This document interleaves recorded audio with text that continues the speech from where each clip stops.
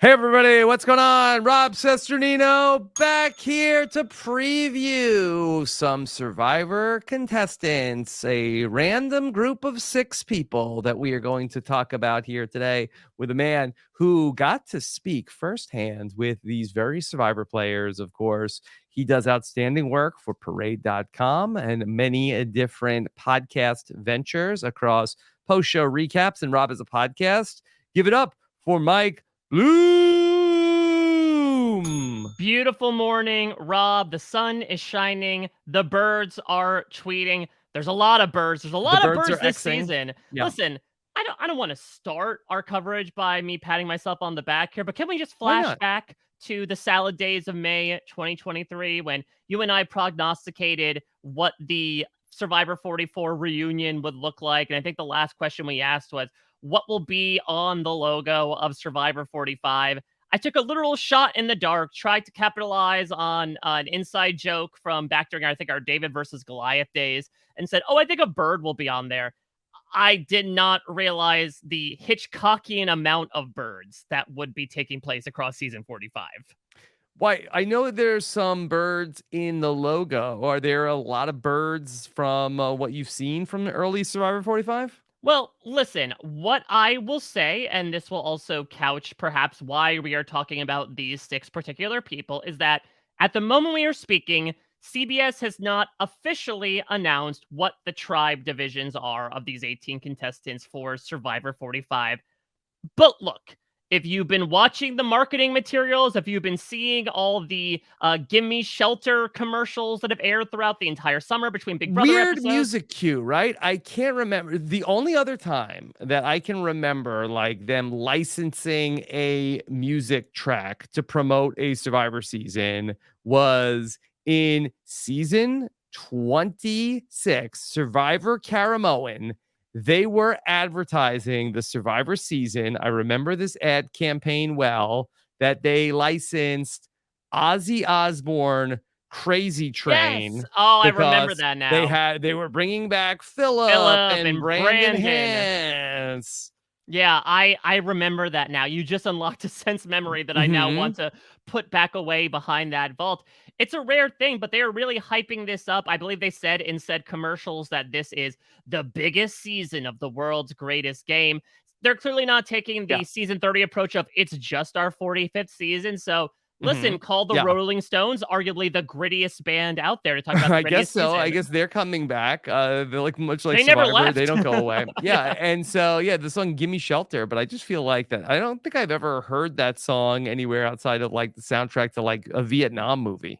Yeah, I mean, listen, when your lyrics talk about rape and murder, maybe it shouldn't necessarily be associated with a show that is very adamant about being aimed towards children, but they haven't reached those lyrics. They're only using like the 30-second snatch. All that being said, if you pay attention to that, if you even look at the 1-minute videos that have been posted since the cast drop, that we'll certainly get into as we talk through these cast members, you may notice, you may put some clues together to see some similar colored buffs. So what I will say is I am not yellow in a manner of speaking to group these 6 people together. This is the fantasy, the multiverse we're living in, where if these 6 particular people were on a tribe together, how might they interact? And a little scuttlebutt has told me that the iconography on the logo is not going to stop there, that I do believe the tribes this season are also named after birds. Omer Zahir is like, why couldn't I have been on 45? All right, so we're going to watch 6 interviews here today. We'll weigh in with our commentary on anything that is particularly interesting. We will also, for people that are listening to this podcast but don't enjoy this, either the sound of our voice or our constant interruptions. Well, I feel bad for you because my voice is very much on-set interviews. Oh, okay. All right, we're going to do a raw, unedited version of these 6 cast interviews that we're going to post on our YouTube channel. robisawebsite.com/subscribe. We should have that up very soon for you. So if it's too irritating, I don't think we've gotten too many complaints over the years since we've done this. No, and I think certainly the idea of us stopping down and talking things through, I think is kind of the reason for the season in a manner of speaking, to talk through our thoughts in the moment. Of course, you and I did a general cast overview where we gave our sort of quick and dirty thoughts in the moment. I gave some very basic overview about these people. Suffice it to say, we have much more to comb through on an individual basis. I did these interviews face to face with these contestants, which are now lengthening from about 15 to 20 minutes. We have the bios we can talk through. We have the 1-minute videos. We have some Dalton Ross pieces as well, even some extracurricular stuff for those that are known outside of the show. So we're going to try to now use these podcasts to package as much as we can everything you need to know about these contestants, and subsequently how you and I think they might do in this game based on that. Yeah.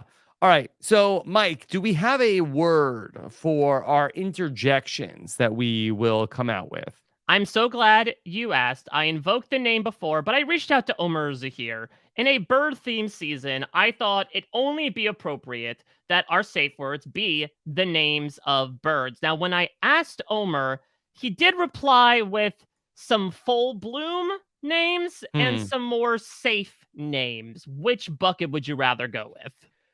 I mean, let me hear them all. Let me hear them all, and then we can make a decision. Because this is, I think, like we just try to say it's a family podcast. Yeah, well, if we're going with the red band version, we of course have, he suggested Titmouse, Booby, and Dick Kissel.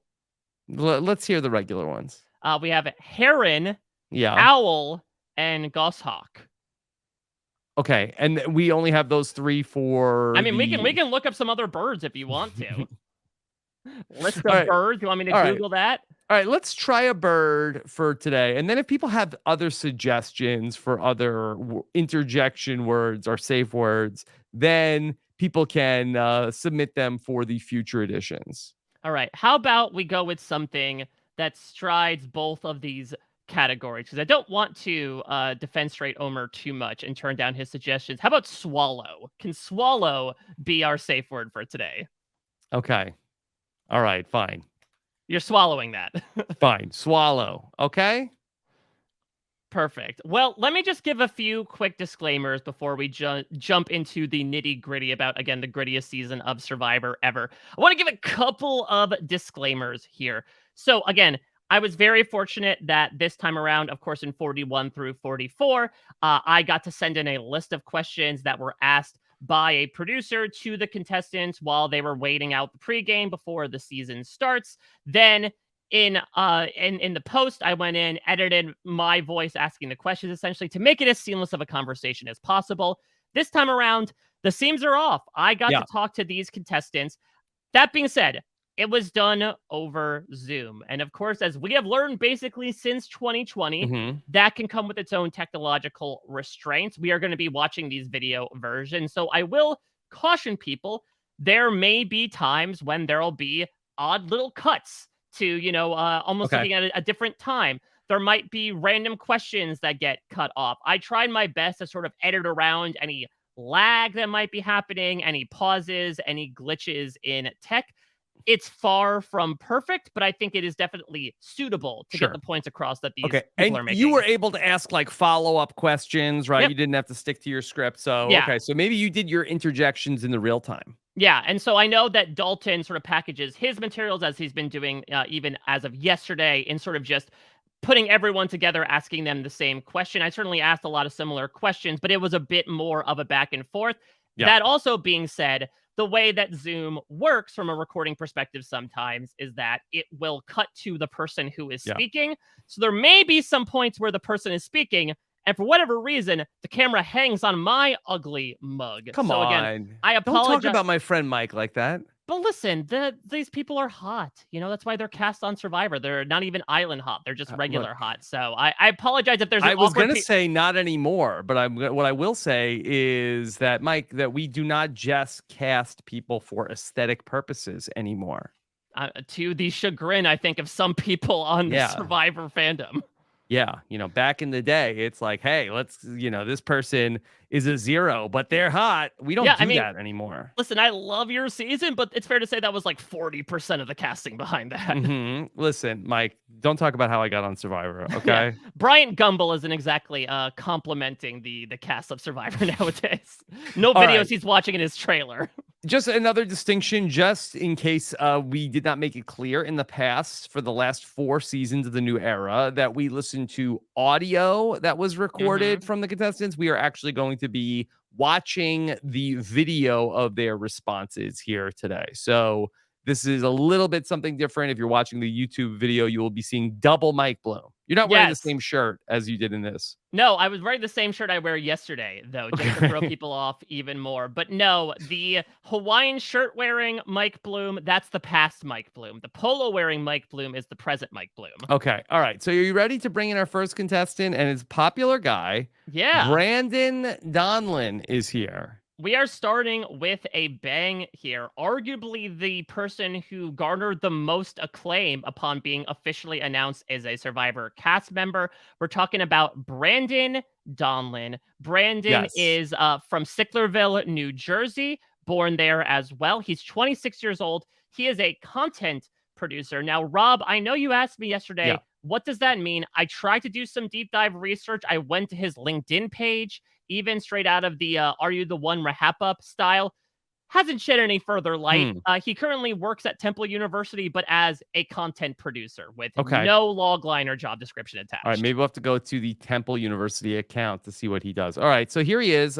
He is wearing a shirt that matches the wall decoration here at the Ponderosa. Yeah, it works really nicely that ours were done indoors just because we wanted to sort of preface or prefer the audio and connection, I think, above the jungle aesthetic of it all. Plus, a lot of people told me actually they were very grateful to be in the air conditioning because this will be one of the last times they enjoy it. So I'm glad to give them some creature comforts. I'm really excited to talk with Brandon. You'll see from the jump how much passion this guy has for just being there. In general, I won't put too many words in his mouth. I was so grateful to get to talk with Brandon in Sequester and then later to talk with him in the days before him playing Survivor in Fiji. Okay, here we go. Here is Michael. Oh my God. Oh my goodness. Swallow. I'll be the first to admit this is a little weird with double Mike Bloom.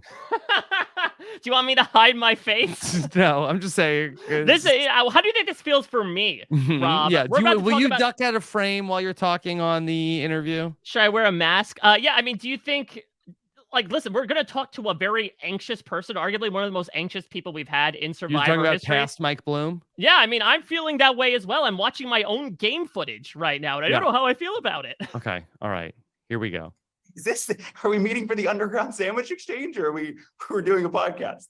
Listen, you're going to be wishing. Swallow. A throwback to the RHAP chat GPT random bracket. Yes, and so this quite literally dates when the podcast was done. I believe it was the end of April, if I recall correctly. I could give an exact date. Bracket season, Mike. Yeah, and so we had just finished up here. So that was the most recent image of Mike Bloom in his mind. Besides, again, as you see from the freeze frame, the beautiful image that he faces in this current moment.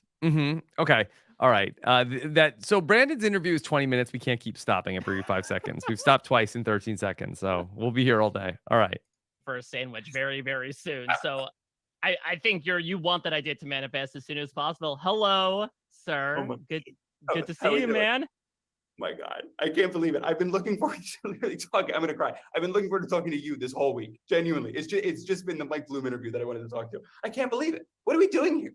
It's crazy. What are we doing here? Look at us. Who would have thought? How are you doing right now, man? I mean, you're bubbling with excitement right now. Your face is nearly the color of your shirt. Like how's everything going at the moment for you? It's this. I'm not gonna lie to you. The pregame has been so hard. I mean, the pregame is you can't imagine the show will be harder than the pregame, but the pregame is like you're sitting around these people that you're gonna be playing this game with. You can't talk. You're kind of everybody's in a different corner of the area that we're in. It's been 6 days of this. I am such an extreme extrovert that I am dying. I'm dying. We're sleeping in tents. That's a whole situation. The food's great. If you have the chance to come to Ponderosa and eat the food, Ponderosa is fantastic. But it's just I'm dying inside. I just can't wait to talk to somebody and just let all of this out because that's why you're here. I'm going crazy. I can't believe it. Well, let's start, loosening the valve here. Let the steam go. So for the uninitiated, why don't you introduce yourself? Who are you? Where are you from? What do you do? Yes. This is crazy that I'm doing this. This is like, can I just non sequitur? I like listen to these things when I'm walking or when I'm running. I cannot believe that I'm in one. I'm going to be taking a lap around the neighborhood. I'm going to be listening to this. It's unbelievable. Swallow. Hey, Brandon. Brandon, I Yeah. hope your walk's going well. Yeah. Be careful. Okay. Hydrate. Don't trip. Yeah. Don't get distracted. My name is Brandon Donlon. I'm 25 years old. I'm a content writer, and I live in Sicklerville, New Jersey. So what brings you out onto Survivor? Obviously, due to our, association with each other, we know that you're a fan of this game, but what made you decide to go from Survivor fan to Survivor player? So I saw Survivor for the first time when I was 11 years old, September, I believe 25th of 2008, 25th or 26th. I'm not sure. I wish I would have written that down before I got here. I watched the first episode of Gebrewold. My teacher mentioned it earlier in the day. She was new to the school and I was a kiss ass. I wanted her to like me. So I just watched the show arbitrarily to make her like me. And within 5 minutes, my jaw was on the floor and my eyes were wide. I was seeing this. It felt to me, and I've cited this for many years in audition videos, it was a religious experience. Somebody somewhere was showing me this thing saying, this is going to change your life. You just have to let me know you want in. And I wanted it. And I knew that I wanted in. And Swallow. Mike, do we want our teachers telling our young people to watch Survivor Gabon? Well, I wonder if perhaps the scatological element of the elephant dung was what got Brandon into Survivor. Yes. I think of all the episodes, this is the perfect one. Is it possible? Because I know that he works as a substitute teacher now. Could this have been a time traveling Randy Bailey who went back in time to get Brandon to watch the first episode of Survivor Gabon? Now the question is this an older Randy Bailey or a younger Randy Bailey? I don't know. Older. It's older. It's like Randy Bailey from the future. I don't know if like that version of Randy Bailey, to be honest, like walks into my life as like, you better watch the show on Thursday at 8. They're going to eat ants. Boxer's going to flirt with a gamer. You're going to love it. You're going to see Bob Crowley's varicose veins in HD. I don't know if I'm taking that bait personally. 8 o'clock CBS. It'll change your life, kid. Trust me. This handsome man will bump his head and have a garish bandage across his forehead for the majority of the game. You're going to love it. Since then, that was 15 years ago. I've sent in videos before I was eligible to play. Like, very annoying for the casting team. I've apologized to a couple of them during this process. Like, you have to watch 11-year-old me. But I've been sending in videos, since 18, since I was legally eligible to play. I heard nothing for years. I kept going and going. And in September of 2021, I got the call that I was waiting for this whole time. I would read Reddit threads that was like, what was the first call like? And then I got the first call. I got to do the process. I was very close to being on Survivor 44. That ultimately didn't work out. And I was very sad, but I had this overwhelming sense of peace that I still feel now, like this was going to happen for me, And in August of 2022, I got the final call saying, do you want to do this again? You want to try this process out again? And I told Caitlin Moore, who's the best. Yeah, I told her on the phone, I will die or I will do this process every year, whatever comes first. Like you pick. Oh my God. I'll do this every year. I don't know. Don't make them pick.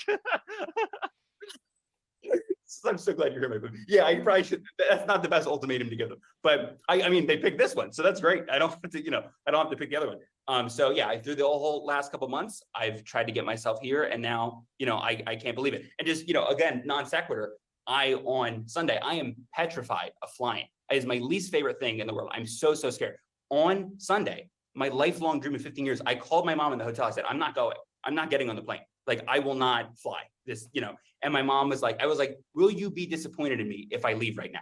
And she said, I won't be, but you will be. So you need to get on the plane. So then I got on the plane and I was gripped to the seat. I'm sure my castmates were like, what the fuck is this guy doing? I was literally like this the whole time for 11 hours. But I'm here, seeing everybody in the airport and then being here, like, I almost missed this. This is incredible. This is literally like, I'm with a Survivor cast, and I'm not in an autograph signing in the, the NoHo Hotel in New York. I'm here with these people. It's unbelievable to me. So I'm this is a very long answer to your question, but I'm so beyond happy right now. Swallow. So he got on the plane, Rob. He got on the plane. Yeah. So, Mike, you said earlier that you talked to these people a couple of days before they left, and then also, did you speak to them twice? No, that was a joke about Brandon's affiliation with a certain defunct online strategy game of the same name. When I said that, I talked to him in Sequester. It was a joke. I brandoed you. You got okay. brandoed. I'm sorry. Sorry. That's that went over my head. Okay. All right. So, Mike, what did you want to say? Yeah, so I mean, listen, look at the fact that this guy is two forms in my perspective. You have someone who, to say he's a super duper fan is probably putting it mildly. I might go so far as to say, like, he is the biggest fan that has ever played this game. Move over, Adam Klein. In his 1-minute CBS video, he has these photos he's taken with Jeremy, with Andrea. There's this footage of him, like, as that 11-year-old child getting a Survivor t-shirt for Christmas. At the NoHo Hotel? Yeah, the NoHo Hank Hotel. He has a shrine of memorabilia that he showed off yesterday, but still, this man who has been waiting 15 years to the point where he was applying for the show when he was a tween nearly didn't come because he had this paranoia, this abject fear of flying. And he does say in his 1-minute video that I want to be the person that Survivor can turn me into. And I feel like that's going to be the narrative of Brandon on this show is like, I love this show. I have no idea how well equipped I am for a lot of the stuff involved in this show, but let's see if we can turn a coal into diamond. Okay. All right. Let's go back to Brandon. I know that at least wrote down ahead of time that you are a content creator. I know you've talked a bit about like working social media for various companies, getting out of college, and certainly something that you kind of pride yourself on. So I can imagine that has also kind of probably influenced the way that you approach this application process as well, right? Like that is a form of content creation. You're about to become like a very different type of content creator, hopefully 26 days worth. Yeah, well, I was going to say sell FabFitFun on Instagram after this, but yeah, I want to create, a lot of content in the next 26 days. But yeah, the audition process is interesting, and I can't wait to, talk about the things that I've learned throughout it. Zach Wertenberger, I think, put the best video that I've ever seen about how to do the Survivor casting process. Everything that he says, I kind of echo, but it is a thing that you have to kind of practice. It's not something, if you're Bryce or Mike Turner that can send the iPhone video of 30, 15 seconds and then get on, that's fantastic. But a lot of the folks aren't like that. A lot of people don't have that thing. So if you want to get on this and you want to get noticed, it is a lot of work. It's a lot of meticulous practicing and cutting and making sure there's not a weird space or gap, whatever. And the video that I sent, worked, which I was elated. It was 3 minutes too long. I definitely exceeded the time frame, but maybe just do that. Nobody's telling you can't do that. Just do whatever you want. Swap. Pick a lane. Am I getting rid of a weird silence, or am I going 3 minutes too long on the video? Porque no los dos, Yeah. Definitely cut out the chaff. But if this is you've my got 5 minutes content creator. Well, they do say from a writing perspective, right? Always write too much and then edit liberally. So I think he didn't edit particularly liberally. He applied a certain dose to it. But if he felt that at the end it was all wheat, that he had gotten all the chaff off of it. Mm-hmm. Listen, maybe not the best piece of advice of like, yeah, just do whatever. If they like you, they like you. But I guess he was going almost in the opposite side of the gradient from Mike Turner sending in that 30-second video of him on a roof. Okay. All right. Back to Brandon. So that worked out. All right. Well, let's tap into your Survivor history test here. Give me one winner and one non-winner that you most closely associate with, whether it be gameplay, personal, what have you. My winner is Mike White from Dave vs. Goliath. I think that we should all just start saying that he won. If enough of us do it, they'll change the Wikipedia page. They'll cut the tapes. Mike White is my favorite Survivor player. And I think that, his game, his funny mixed with his social, mixed with his confessionals, all of that is just chef's kiss to me. So I'm saying, are you just jockeying for a role on White Lotus season 3? Be honest with me. Dalton just said that. No, this is before the White Lotus. I don't know why people would say that. I've done, season 2 of Enlightened. This is before the White Lotus. This is a long-standing take. I have tweeted it. Mike White was robbed. Fantastic. And then I guess my non-winner. Again, I don't want to be a kiss ass. Like, this is not me kissing ass. But the guy that you're going to be doing this podcast with in a couple months, I think him. I think that he is somebody that I watched the first couple episodes of Amazon, and I'm kind of basing that off. I mean, maybe not all, but working really hard at the camp and not giving anybody a reason to look at you in a way that isn't unsavory. I want to be everybody's friend. I want to do what everybody tells me to do, and I want to be very much team player. That's my kind of that's my game plan for the first, and the confessionals days, man. I mean, that's like, I'm out here because I want to do confessionals. I don't want to do confessionals with Big Brother. I want to do them here with a nice pretty scenery. But I really want to do I want a compilation at the end of this. It's like my highlight tape. It's like the Brandon Donlon confessional hour. That's the dream. Swallow. Well, yeah. Well, don't worry. Fan cams are already being made of you, buddy. So we'll work on them. The Brandon Donlon confessional hour has just begun.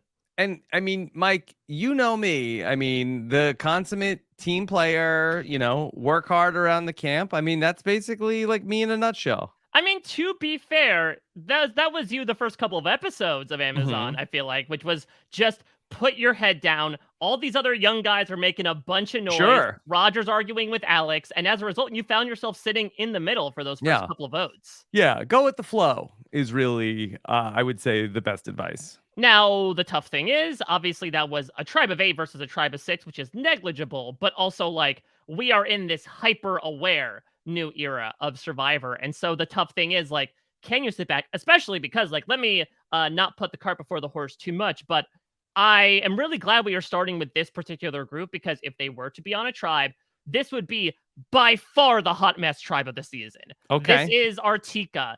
We love it. Our Ua. Like, these people are full of some of the biggest personalities in the cast, combined with like maybe some of the most flawed challenge skill sets that we have. There is a very good chance they are going to crash and burn lovingly. So I love all these people, so I want to see them go back to tribal council, and that might be tougher to blend in the background for when you consistently visit Jeff Probst every few days. Okay. All right. Back to Brandon. Yeah. What has your prep been like for this? Because obviously, Superfan would be putting your status mildly. What have been the things you've been trying to do to try to like fully prepare yourself the most you can for whatever Jeff is about to throw at you? I have 2 gym memberships, which is double the amount that I've ever had before in my life, which is fantastic. I was swimming a lot. I have a friend, one of my oldest friends, went to college for swimming. So he came out, showed me how to kind of refine my stuff, refine my technique. And I asked at the end, I said, am I a good swimmer? And he was like, yeah, you're okay, which is much better than I thought I was. So I will take it. I'm an okay swimmer.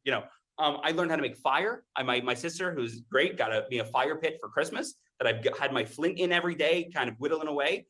So I think I've been doing it in my driveway, which probably I look like an insane person, but that's been my prep. I've been watching a lot of, there's a, I think it's Survivor Geek on YouTube, puts all of the Survivor challenges up. So I watched every new era challenge, and I had a spreadsheet of, can I do this or can I not do this? And there's only like 5 or 6 that I don't think I can do. But like, let's hope we don't get those. Let's hope, and if I do, I'm going to do it. This is all about, leaving my comfort zone. So if I get those, I'm in, but let's hope we don't.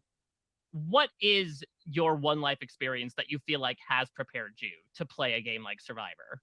I, in college, early college, I had, 90-ish pounds of, LBs I didn't really want on me. And a lot of the reason for losing that was to eventually come here and do this. I wanted to be somebody who not only could get on the show, but get here and compete and thrive and be able to, I want that immunity necklace from Jeff so bad. I want him to put it on. I want, again, I think the actual winner of David vs. Goliath said that he was going to use it as a Facebook profile picture. I'm not quoting him, but I want the picture of me and Jeff to, have the thing and stand like this. I want it all, and I'm not going to get that.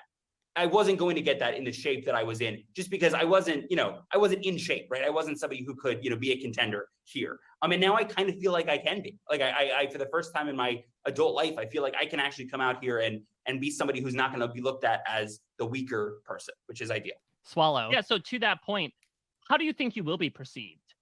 Sorry, I love Brandon firing up the time laser here in his preseason already to rewrite history as to who truly won David versus Goliath. Just going back to that Mike White of it all, absolutely audacious. But like, when you have the platform, do what you want to do with it. Yeah. Okay. So he's going to use his bully pulpit to, but then maybe like don't quote the guy you're trying to erase from history. Or just try to make a Mandela effect happen and try to associate the quote with yourself, right? Like, who's that guy? Oh, Mick Bilson, I think his name is. No, I'm the one who wanted to make their Facebook profile picture me with Jeff posing with the necklace. Yeah. Okay. All right. By others, because I mean, even the look you have. Let me right go back now, a couple seconds here. Yeah, the Brandon's perception, which is even the look you have right now, man. You sort of have like the long-haired Ozzy-esque hair, but then you also have this bright, colorful, goofy shirt on. What is the perception you're hoping to aim for in the game? I have no idea. And I should have worked on that before I got here. I have no idea what people think of when they see me. I think glasses often, 99% of the time, indicate nerd, right? There are nerds here. There's a couple guys who are just nerds, dweebs, fools, and I wonder if I'm lumped in with them, but this is much like this is a different look, right? And I don't know how I'm coming across. Again, me being on the plane, holding onto the seat the whole time, I think that I might be giving anxious. I may be serving anxious energy out here, but I hope that people, I'm so curious because everybody's taking notes, right? Everybody's got a whole list of their things, writing, initials and what they think of them. I'm so curious to hear what my spread is. I really don't know, but I think that that's something that I plan to, when I'm on the beach, kind of assess and adapt. I don't know what people think of me here. I'm curious to hear about it, but once I know what that thing is, I can use whatever that thing is to my advantage. Well, I want to bring that sense of anxiety from the airport to the beach for you, because you did give a quote in this little blurb that you sent before from John Mulaney of, I need everybody all day long to like me so much. Paranoia will destroy you in this game. Like, how much are you trying to genuinely curb that gut telling you to freak out about something versus trying to not present that to allies that might scare them off? Before I came out here, I asked my friends what their biggest, piece of advice for me was, right? And a lot of them shared the same sentiment that was like, just stop being so anxious, like enjoy this. Don't worry as much. When I go on vacation with my friends, with my girlfriend, with my family, I am worried the entire time. I'm worried about the flight before I get on the flight. I hate being on the flight. I get off the flight, I'm worried about where we're gonna eat dinner. I'm worried after dinner that I'm gonna get acid reflux if I do something too soon. Like, I don't have fun, right? And this is my life dream. I have to have fun. And I have to kind of, when I notice anxiety, not fun, right? Anxiety is the counter to my fun. So I have to just let go and let God here. I told somebody here that this all feels very predetermined to me, that I'm here. I feel when I see this group, this is my group, and I feel this overwhelming sense of peace is like, I don't know how I'm going to do at this. I hope I do well. Some people don't do well. 7 people have to not make the jury, right? There's 8 people that have to make the jury. There's 3 people that make fun of 3. I don't know where I'm going to end up in that, but I feel like I want to spend as much time with this group as possible. I want to have a lot of fun, and I want to go back home loving this experience, loving all the people that I was with, and loving all of the coverage as well. So when it comes to this group of people that you are with, your group, as you say, determined by the survivor gods, what facets are you looking for in an alliance, ideally? Who are you trying to eyeball from a characteristic perspective as like, this is someone I could go far with to hopefully guarantee myself that $1 million check? When I was doing the casting process, I have this big brained idea of the Breakfast Club Alliance, which is getting the people on my team that are not normally associated with each other in terms of the game. I don't want 2 nerds. I don't want 2 big guys. I want Swallow. 2. Jeff's gonna love that reference. Oh yeah, absolutely. Not only is it a boomer reference, but it's a metaphor. Like, this is the Brandon the writer coming out. Talk as long as you want to about the Breakfast Club. Of course, the Survivor like South the 26-day Breakfast Club. Is that exactly the idea? Yeah. Now, I guess, would Jeff be the principal here? Is he asking yeah. what's the ruckus going on at Tribal You Council? just bought yourself 2 more weeks of detention, which is another half of a season. You're coming back. Now, I guess the question is, like, Brandon, to his point about perception, you mess with like, the bull, Brandon, you get the horns. He does kind of have the face of Anthony Michael Hall, but he has the Bender hair. So I wonder what he's going to end up being. Yeah, I think he's more of the Bender. Yeah.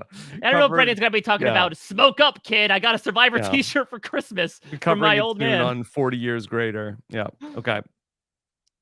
4 is ideal in the Tribal Sex. I want the 4 people that I think, we're different folks. We can, if we lose 2 people, we lose 2 people. But once we get to the merge, we can run it and people won't expect it. People want to group folks together that are normally grouped together. They're people that they've seen together on the show before. And I kind of want to break that mold and introduce the Breakfast Club. And then in the event that I win or get voted out, I can do the hand thing and people will go crazy for it, which is, I think. Yes. Exactly, and hopefully nobody will forget about you. Well, let me put you and perhaps these castaways in, a bit of a pre-game judgment mode, because you talk about these geeks, these fools that you're walking around with. Is there anybody in particular, just based on assessments, that you are either eyeballing as like, if I wind up with the same buff as them, I want to work with them, or this person's all giving me red flags, I don't want to associate with them whatsoever? I'll give you a couple. There's one guy here, very tall, very nerd, right? He's Dweeb City. You'll meet him. You'll say, oh my God, this guy's Dweeb City. If he is on my team, one of us is going to leave first. I am 100% sure of it. I see that guy, and we are, everybody here is smiling at each other. We are not smiling at each other. We know we are both praying that we're not together. I can tell. There's that guy. I don't want that guy. You'll meet that guy. You'll say, oh my God, that's that guy. There's a guy here. Swallow. Like, yeah, who's so that let's guy? have some fun with this. Is that Drew? Yeah, so this is the fun thing. And I know that Dalton and I ended up asking the same question, but I actually, before talking with these people, which I double checked, I actually talked with them on, of all things, tax day. I talked with them on April 15th, was when. So again, An important day for many survivors. yes, hopefully at least 44 of them, or 42, I should say.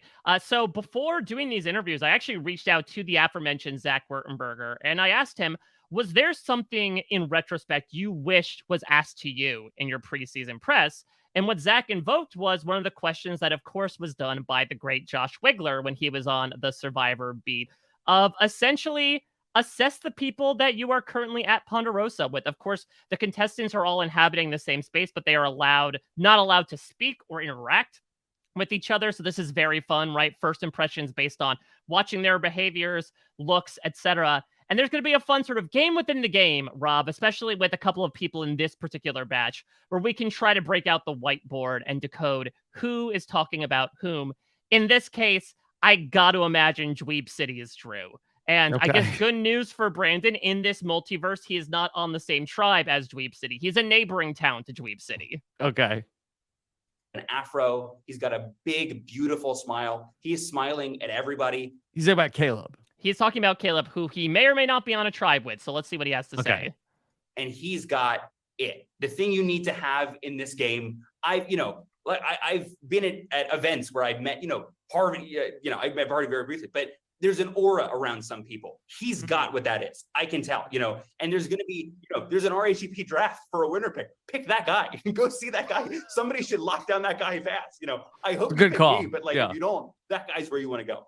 Those are the two people. There's another girl here, very nerdy girl, who brought a Nintendo DS and is playing a Nintendo DS in the pregame. I haven't seen a Nintendo DS since 2009. I'm so thrilled that she has one and brought it, and she is really into it. She's going hard with the DS. And I keep making looks over like, wow, that's really cool. Do we know who that is? Is that Emily? Yes, let's put a pin in that because it will be addressed very, very soon. And I know we had Jesse and James in season 43, but it's possible we might have a Team Rocket forming within this very group. Okay. I don't have any. I can tell she's playing Pokemon. I can tell by the card. I hope that I can fake some Pokemon knowledge. That'd be ideal. Oh, absolutely. Got to catch them all in terms of allies. Let me throw a scenario out to you, stoke a bit of those survivor anxieties. So you're on your tribe in the pre-merge. A boat pulls up at your camp, says, we need one person to go on a journey. What is your strategy there? Do you want to volunteer? Are you trying to get someone else to go on your behalf? Because now we know sort of the positives and negatives that can come with going on these journeys. I adamantly do not want to go. I want every inch of the survivor experience. I don't want that one. Keep that one. That one's fine. I want to be at the camp. I want to chat with people. I don't even plan to look for idols either. I want to convey to my team that I am a team player. I'm in, like Brian Corden from Survivor Guatemala, who won the most team spirit at that weird auction they did in episode 4 for some reason. I want to do that, right? I want to be the guy who's like, I want us all to be together. If somebody wants to go to the journey, and there will be people on my team, I'm sure, who really want to go in the guise that they will get something good at the journey, please be my guest. It's like the analogy that I thought of is like a trampoline in your backyard. You don't want to be the person that has a trampoline in your backyard, because then people are using you. They want to get to the trampoline. They don't like you. They like the trampoline, But if you're friends with a guy that has the trampoline, you're golden. You can go over, you can schmooze, that's what I want. I don't want any trampoline in my backyard. Interesting. So you're going to try to almost sniff out not advantages, but the people who have them, and then be able to sort of associate with that. And I've already thought of, like, in the ideal or in the situation where I see a beware advantage, I'm not picking it up. I'm going to go get somebody. I'm going to walk and chat about life or loss or whatever. And then hope they eye it and they grab it so I can see what it is. I don't want anything on my hands. If there were normal idols here, which they're, sometimes you don't know anymore, then I'd be all in. But now this beware thing, I'd rather somebody else. In the event that it's bad, I want to know what it is. And I don't want to be the guy who has it. Swallow. Yeah. I kind of like that. I think that's a pretty good way to go. I mean, we have not really seen that, having the advantages is something that has been, a real winning play for people. I mean, knowing where they are, knowledge is power, of course. We saw that, Jesse knew where a lot of the things were in season 43. That served him well. So I like this. I might push back a bit, because I do feel like while was, I think, Marianne and I guess Gabler, if you count the idol he got during the journey, are the only two people to have won with an idol in their possession or an advantage. I do think it's monumental in the pre-merge, where even if people know what you have, that basically gives you blanket immunity for the entirety of the pre-merge. With the exception of what happened with Brandon last season, who is going to go for somebody that has this public knowledge idol? Because that's essentially like the shot in the dark, kind of throwing away your vote. So I do agree that I think I like the trampoline analogy. Mhm. Again, Jeff's going to gobble this down, swallow style, but this idea of, okay, I don't want to be the one who has the idol necessarily, because maybe that'll, again, foist me into the paranoia-fueled world that I don't want to exist in, but I want to be aware of it so I can plan exactly. But I do think there is value in having an advantage, at least in this first part of the game, where, in my opinion, Brandon would be the most vulnerable. The thing that gives me pause is that I went back during season 44 and took a look at like the people that lost their votes in the pre-merge. And while it did not really impact those people directly, like the best friends of the people, the closest allies of the people that did lose their vote. So if somebody does find some sort of like a beware advantage and becomes a person who loses their vote and you are seen as a tight ally of them, often it's the person who's the friend of the person who lost the vote who ends up being the person who ends up going home in these pre-merge situations. Totally agree. And actually, you will not be the last person to say that on this particular podcast series. Okay. Someone else in the 45 cast clocked that as well. I'm really glad, and I will completely credit you. This was a question that you came up with before I ended up doing these interviews here. And I hope this is something that Rob's fact checker can kind of keep track of, because I think we're going to have it immediately apply in the opening episode. And you will see, obviously, a variety of answers. Here you see someone like Brandon being adamantly not wanting to go, wanting to present himself as the team player, not individualistic whatsoever. Suffice to say, not everyone will believe in that philosophy. Okay. Couple more minutes with Brandon. What is your biggest Survivor hot take? I'm very intrigued, in particular with you, as to, what feisty opinions you might have about the show. We're Survivor community Twitter guys. Yeah. Christine, who is great. Christine has her Stanawatu podcast, right? G Worthy, also great. Fiji Forever. When I am done this, I am doing the Edge of Extinction recap podcast. The Survivor Edge of Extinction is one of the top 15 best seasons of the show. I am obsessed with it. There are people here who are walking around with merch that have Edge of Extinction on the shirt, on the hat. I'm like, when I'm done here, I want it. I will buy it. I'm going to win money here. Give it to me. I think it seems like they have a lot of excess of that.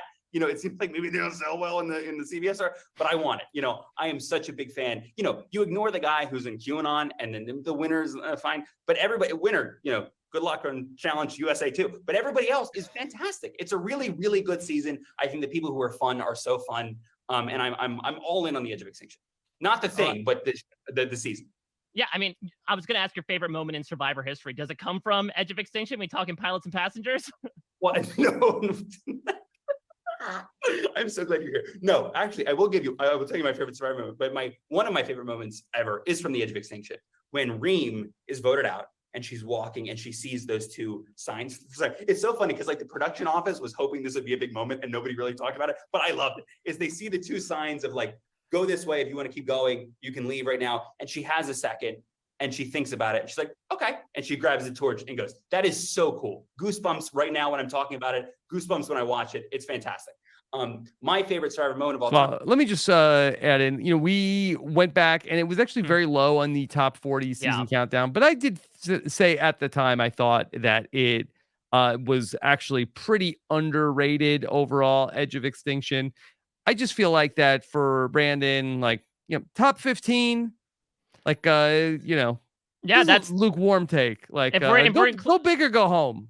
I don't know. If we're including season 45, Rob, that's the top third of Survivor seasons. That's pretty dang good. I also like him using the logic of when they send the memorabilia from the Super Bowl losers to third world countries of well, no one's going to want to use this, that he feels that's the same philosophy with Edge of Extinction.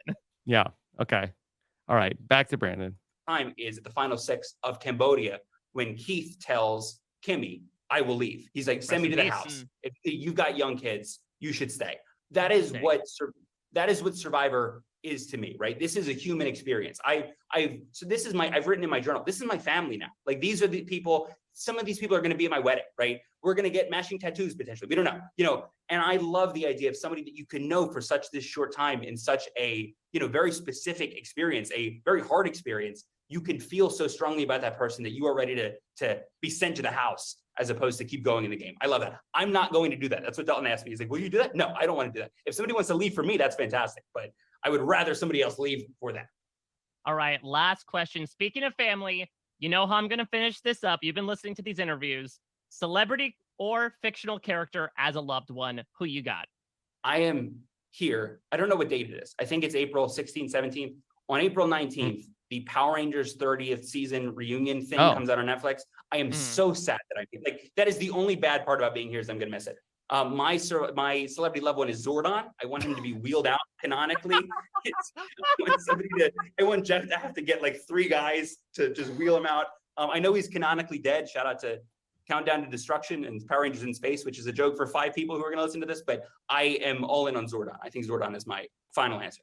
Well, hopefully, whether they be Breakfast Club or Power Rangers, you're able to find your group, move forward, dispatch with all the putties, and be able to become the true dinosaur that you are at the end of it. It's so great to see you, man. I cannot wait to see what you're about to bring to this game. I wish you calmness, peace, yet fun, to your point, at the end of the day. And I'm looking forward to talking, several months from now, hopefully when you have $1 million check attached to your name. Can you believe it? I'm going to cry. What are you telling you? This is crazy. Okay, there you go. That's Brandon. Brandon. I just need Brandon as it's my a great nothing but cheerleader. Netflix episode that we got to do. Yeah, so maybe he'll be able to cover that once he's maybe if they do another Power Rangers anniversary special, be able to get him in because he seems to be a big fan to the point that he wants the giant cylindrical bald head of Zordon to come out and talk in his reverby low voice. Just I don't know, telling him what to do. Zordon never seemed very caring or therapeutic to me, but maybe I just haven't watched enough Power Rangers. Yeah, same. That big same for me. Yeah, so let's talk a bit about Brandon, because I will say, getting to know him personally in this interview, he is an absolute delight. Again, I just feel maybe personally so relatable to him, someone who has this energy, but subsequent anxiety just bouncing off the wall. Incredibly excited to be here, but also having so much unknown in front of him, which honestly feels very different, in my opinion, than a lot of the super duper archetypes that get cast on this show. The deep fans that he's like, hey, yeah, my favorite moment isn't really a strategic maneuver. It's Reem no-selling the edge of extinction. It's Keith saying that he'd go to the house. And I think that's going to be the type of flavor that Brandon brings. Not to say that he's not going to be strategic. He brought up the Breakfast Club. But I think that we're going to get more vibes out of Brandon, more character stuff than perhaps the game bodiness that you might expect from a super fan. Yeah, I think that he has Jam upside, and while he is and they didn't see Jam win, so he's got that. And they didn't see Jam win, but he has a very fun shirt like Jam, but I think that Jam is somebody who knows the game particularly well, but also masks that in I am a nerd, but I'm a personality. And so where there are other people that as Brandon himself clocked, okay, these are the people that you have to watch out for. These are the Survivor nerds. I'm more of a nerd in a big personality clothing. And so I do think that if Brandon goes on to be the winner of the season, I do think that we would look at him similarly to the way that Jam played the season 44. Yeah, I mean, it might be entirely cosmetic, but the hair helps him so much, assumingly not even in casting. And he has had his hair short before. He has posted that this is not his first time gracing the screens of reality television. He actually asked a question during a Champs versus Stars reunion on MTV for the challenge. And so I think he's going to come across, to spoil a bit as to what the other players think of him, as very unassuming, very jovial. Maybe it's just the hair, Rob, and the lost brain that's consistently running in my mind. I get big Hurley energy off of this guy. There is this underlying anxiety, but I think the energy he presents is self-effacing yet colorful. He talks about in his 1-minute video that the advice his girlfriend gave him was be yourself, make people laugh, and you'll be fine. And I agree with that. I think he has the right head for the pre-merge, where he could ordinarily get targeted if he's running around doing too much. If he has to be that super fan that's I've got to go on the journey, I've got to find an idol, bucket list, that's going to draw a lot of attention onto him. But even if he is indeed able to just settle back as much as he's allowed to from his own paranoid state and like just try to fit in with everybody else. It helps, as we'll talk about, that I think he has some similar personalities that he can join up with. I think he's in a good standing for the pre-merge. The post-merge might be a little tougher because we even saw this with Jam Jam. He was a target a couple of times because he was seen as so amiable, as so personable. I could see that happen, and maybe Brandon would be able to mask that, maybe like, no, I'm a paranoid mess. Who's going to vote for me in the end? But I do think this is somebody that I hope, certainly, we will see last a long time in this game. Okay. Mike, who is up next? All right, let's move on to the person that Brandon was targeting playing the DS, a gamer in her own right. Let's talk about investment analyst Emily Flippen. Emily is 28. She's originally from Texas, currently lives in Maryland. Okay. All right. So let's go ahead and hear from Emily. Okay. And let me bring her up. And here is Emily. Nice to meet you, Emily. Sorry, you come eating an Hold on, Oreo. You want to, there you go. You're totally fine. Understandable Oreos. What are you gonna do? Well, I was gonna say like, oh, I'm taunting you, but like you have the time to like cram all the food you need to before you surround yourself, right? Yeah, here's the thing. My strategy was to slowly, pull away the food so that my stomach would shrink a little bit and I wouldn't be so jarred. But what I didn't expect was for the last week to be sitting here doing nothing for the most part, when there's a bunch of food sitting in front of me. So all I've been doing is eating, and I'm really screwed for tomorrow. Well, before we get into all that, just give me like the quick bio line. Where are you from? What do you do? Yeah, I'm from Maryland. I originally from Texas, but I live in Maryland now, and I'm an investment analyst. So I pick stocks for a living. Interesting. So you think that's going to translate to hopefully picking the right allies as well? There's so many different investing metaphors I could pull out. And I kind of want to be like, yeah, where you invest your time, where you invest your energy, like who you invest like like allies with. But like really the best, bad metaphor, but it truly is like, kind of the way that I'm going to manage my game here in Survivors is managing emotions. And I know that sounds kind of counterintuitive, but the number one reason why retail investors tend to underperform the market is because they let their emotions get the better of them when they're making investment decisions, right? Like they get FOMO, they see a stock go down and they're like, I have to sell it. And the type of investing I do, it's not day trading, it's not technical analysis, it's like long-term buy and hold investing. I'm going to buy this great company and hold it for 5 or 10 years. And that means putting your emotions aside and focusing on the long-term goal. And I see so many people watching Survivor who they let their short-term emotions like control their decision-making, whatever they're feeling in the moment. And it sacrifices the strategy that they had for the long-term game. So the way that I'm now connecting my stock picking to the game of Survivor is like, okay, let's set aside the emotions that I'm feeling in this exact moment to figure out how do I get myself to the final 3 and how do I win this game? Swallow. See, I told you she did a better job explaining this than I did. Mike, get her on the Stock Watch podcast.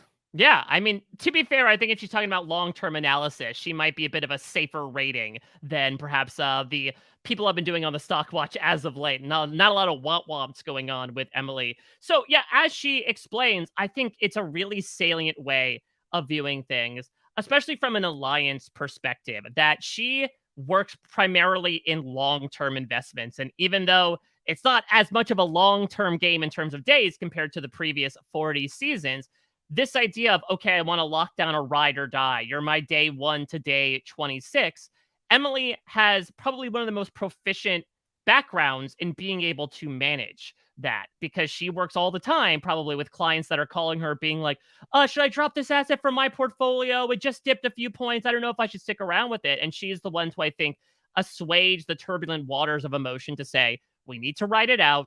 We'll be fine. And I wonder if that's going to translate to Emily possibly being like the most tribe strong person. If somehow this group, should they be a tribe, ends up like in the plurality at the merge, is she going to be sort of like the Brandon or Lauren of the RHAP 2s being like, no, listen, we committed to something. We're going to stick it out. We're fine. Don't worry about all these fun new stocks that are popping up on your ticker. Just stick with your investments. Okay. All right. Let's go back to Emily. Love that answer. So then tell me, what made you decide to go from, bear and bull to snakes and rats? What made you decide Survivor was the game for you? Yeah, well, let's be clear here. There's a lot of survival skills that I lack. I'm not in great shape. I'm not great at making fire. I don't know how to build a tent or, a shelter. I don't even know the right terminology. Like, I think there's a lot of people that are just better equipped to come into the game of Survivor than I am. I'm already sunburned. I've been here for like 2 days. So that tells you a lot. But when I think about why I applied, it's not because I was like, yeah, I need to learn all these survival skills. I actually think that I was reflecting on my life and, decided that at some point I had what was at one point just like a really crazy, interesting life where I was doing all of these cool things. And then suddenly all of these big questions, right? Like, who am I going to be with? Where am I going to live? What job am I going to do? They all suddenly were very far behind me. Like, I've been in a relationship with the same guy for almost a decade. I've been working the same job for like 6 years. I've been living in the same place. I just bought a house. Like, and like all of these things are just like, wow, this is so suburban almost, like not what I expected for my life. And so I had, I guess, a crisis one day and was like, you know what I should do? I should apply for Survivor. And literally that same day or the next day, I can't remember, but very shortly after I applied, I got an email back that was like, hey, so we kind of liked your video. And that's when I was like, oh shit, what did I just get myself into? Swallow. There you go. That's like the day. I believe it was Janet Koth from your season, Rob, who said for anybody who's looking to change their life, don't go on Survivor, get your hair dyed. Yeah. So yeah, that was look that Mike. Look at you quoting that. Some would call her the winner of my season. I mean, she called herself the winner at life, I believe. Yeah. So yeah, I guess that counts. I thought she said go to Club Med. Maybe. I thought she said something about dyeing her hair. I don't know. Well. I don't know. Yeah. Emily, I think she would admit firsthand that she probably fits in better at Club Med. And this is what I was saying before, where, again, I think Emily is one of the most interesting contestants we have this season in that she would admit on the surface there are a lot of flaws that might contribute to her being an early target. And that might still be the case. Again, I speak to this tribe being a bit of a hot mess. And if they decide to go with a bit more conventional means of booting people early on, they might look at someone who's already sunburned, who doesn't know the difference between a shelter and a tent. But again, we've seen in this new era that those conventions are certainly being bucked. And it's also interesting to see Emily's POV coming in here because there are certainly people, and we'll talk about a couple of them in this season, who are feeling like this is a pivotal point in my life. So let me capitalize on that and do something. Yeah, something as wild as Survivor. People like Emily, and we'll talk about Katora as well, are the exact opposite. They're like, I've taken roots right now. I have a very, storied career. I'm in a stable relationship. I just bought a house. I want to shake things up. I want to do something different. And it's so interesting to see. That's why I love this question, to see what are the different stages in people's lives that make them feel like, yeah, being in my underwear for nearly a month on an island in Fiji, starved half to death, is what I want to do. Okay. All right. Back to Emily. After hangover, right, from the Survivor application process. So, honestly, exactly. Well, when it comes to, I guess, getting on the wagon with the show, what's your history with it? How long have you been watching the show before you applied? Yeah, I've been watching it my entire life. My grandfather actually applied to be on the very first season of Survivor. He didn't get on, obviously, but it's just been a part of my family. So many Survivor stories start off that way, right? Like your family sits down to watch Survivor together.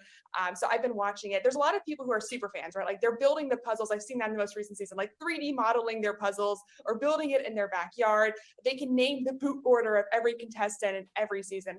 I'm not so far gone as a super fan to have done that, but I love watching the show. I think it's really kind of the ultimate challenge. Unlike, I watch a lot of reality TV, trust me, it's like my favorite hobby. But unlike all the other shows that I watch, it's the only show I'd ever in my life consider applying for, because I truly see it as a challenge, right? Especially for somebody like me who otherwise lacks the skill to survive on an island. Swallow. Interesting. So listen, I'm not going to. Yeah. So Emily's grandfather applied for this first season of Survivor. Rob, could it be the case that Emily's grandfather is none other than Dan Foley? No, I don't think so. Think about it. Dan Foley, he infamously. She's from Maryland, not from Maine, or she's from Texas. Yeah. Listen, they could move, right? They could be distances apart. Dan Foley infamously said, "Flippers never win." Did he actually mistake himself and say Flippins never win? And he was prognosticating his granddaughter being on the show. Yeah.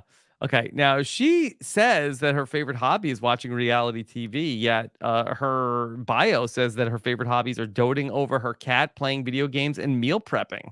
Yeah, I'm not sure what doting over your cat means. Is it just like watching them in the wild in a manner of speaking? Is it actually playing with them? Yeah, I think it's sort of like holding them and like doing things for them. Yeah, I guess doting maybe implies some sort of like actual interaction with them rather than just hmm watching them. Watching. Yeah, yeah. Nobody's Yeah, doting over the live feeds. Yeah, Emily loves when the feeds are down. That's her favorite part of the Big Brother experience. Yes, she loves that part. Okay, all right. Back to Emily. Okay. Ask you to name the boot order of every contestant, but can you give me a Survivor winner and a non-winner that you identify with the most, strategically, personally, however you want to do that? Yeah, I'll start with the non-winner first because I think it's more interesting. And it's not somebody that I would have associated with until I went through this application process. And as I was going through the psych testing, the personality test, the psychologist told me, "Hey, your test results, they remind me like a lot of Cass's, like chaos Cass." And at first I was like, "Excuse me?" But then I was like, wait, that is such a compliment. And watching her seasons back, it's kind of frustrating almost that she is perceived by many people to be a villain because I like so many aspects of her personality. She's really direct, honest, intense, aggressive, all of these things that I think I kind of associate with, especially as a woman, where so many of those personality traits are looked down on almost. They're perceived as too masculine. And I like the fact that she took no bullshit. And I don't know if I'm going to get out there on the island, stripped of everything, and be as awesome as Cass was. I think that's like a really high expectation. But if I could be 50% Cass, I feel like that would have achieved my goals because she really is kind of, in my ideas, a survivor icon, somebody that I kind of associate with. In terms of winners, I'm going to take the cop out and say Sandra. And I know that she is the easiest winner to pull out because obviously she's won so many times and she's the queen of Survivor. And I'll fight that battle. It's not poverty, it's Sandra. Okay. Genuinely, for the same reasons that I like Cass, I like Sandra, which is that she's honest, direct, aggressive, has a lot of personality traits that I see in myself. And as a narcissistic person who likes myself, I like seeing people who remind me of myself winning Survivor. Okay. Swallow. Wow. Yeah. F Wow. Parvati, and I said that shit. Yeah. I do believe that Cass herself, I think, probably would say something similar. And so that, boy, I'm liking Emily more and more. This is Yeah. great. Well, Yeah. let's talk about this cast association because I think she did a really good job breaking down, despite one contestant saying memorably that she had a 0% chance of winning the game. I think when you sort of separate that aspect from like the personality of Cass, not only was she so much fun to watch as a player, but I do think there are some interesting qualities that can be in there as well. The fact that she doesn't take any BS, that again, she's really direct, really honest, and really intense. And again, on the surface, this might be looked at as like, nope, you're rubbing too much against the grain, get out. But again, I feel like Yeah. in this new era, these qualities are looked upon a bit more favorably, maybe because there's so much else going on for other people to worry about that they're not so entirely concerned with like, well, we don't get along from a personality perspective. Get out of here. You're too intense. But look, Cass, despite those misgivings with personality, made Yeah. the merge both times she played. Well, I think that a great Survivor cast is, a puzzle of all sorts of different personality types. And I think that we got, such great disparity between these two people that we're listening to right Yeah. now, where Brandon starts off and he cites a John Mulaney quote like, I need everybody everywhere to like me at all times.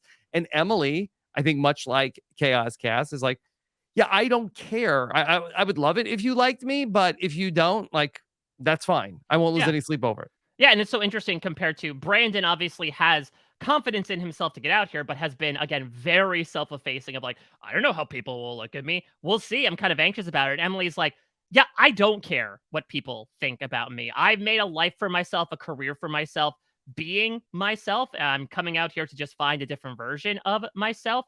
And so if I end up being Cass, I'll end up being Cass. But again, look, if you ask her, she was one bad decision away from winning Survivor Cagayan, and hopefully Emily can mirror that experience and just make it one step further.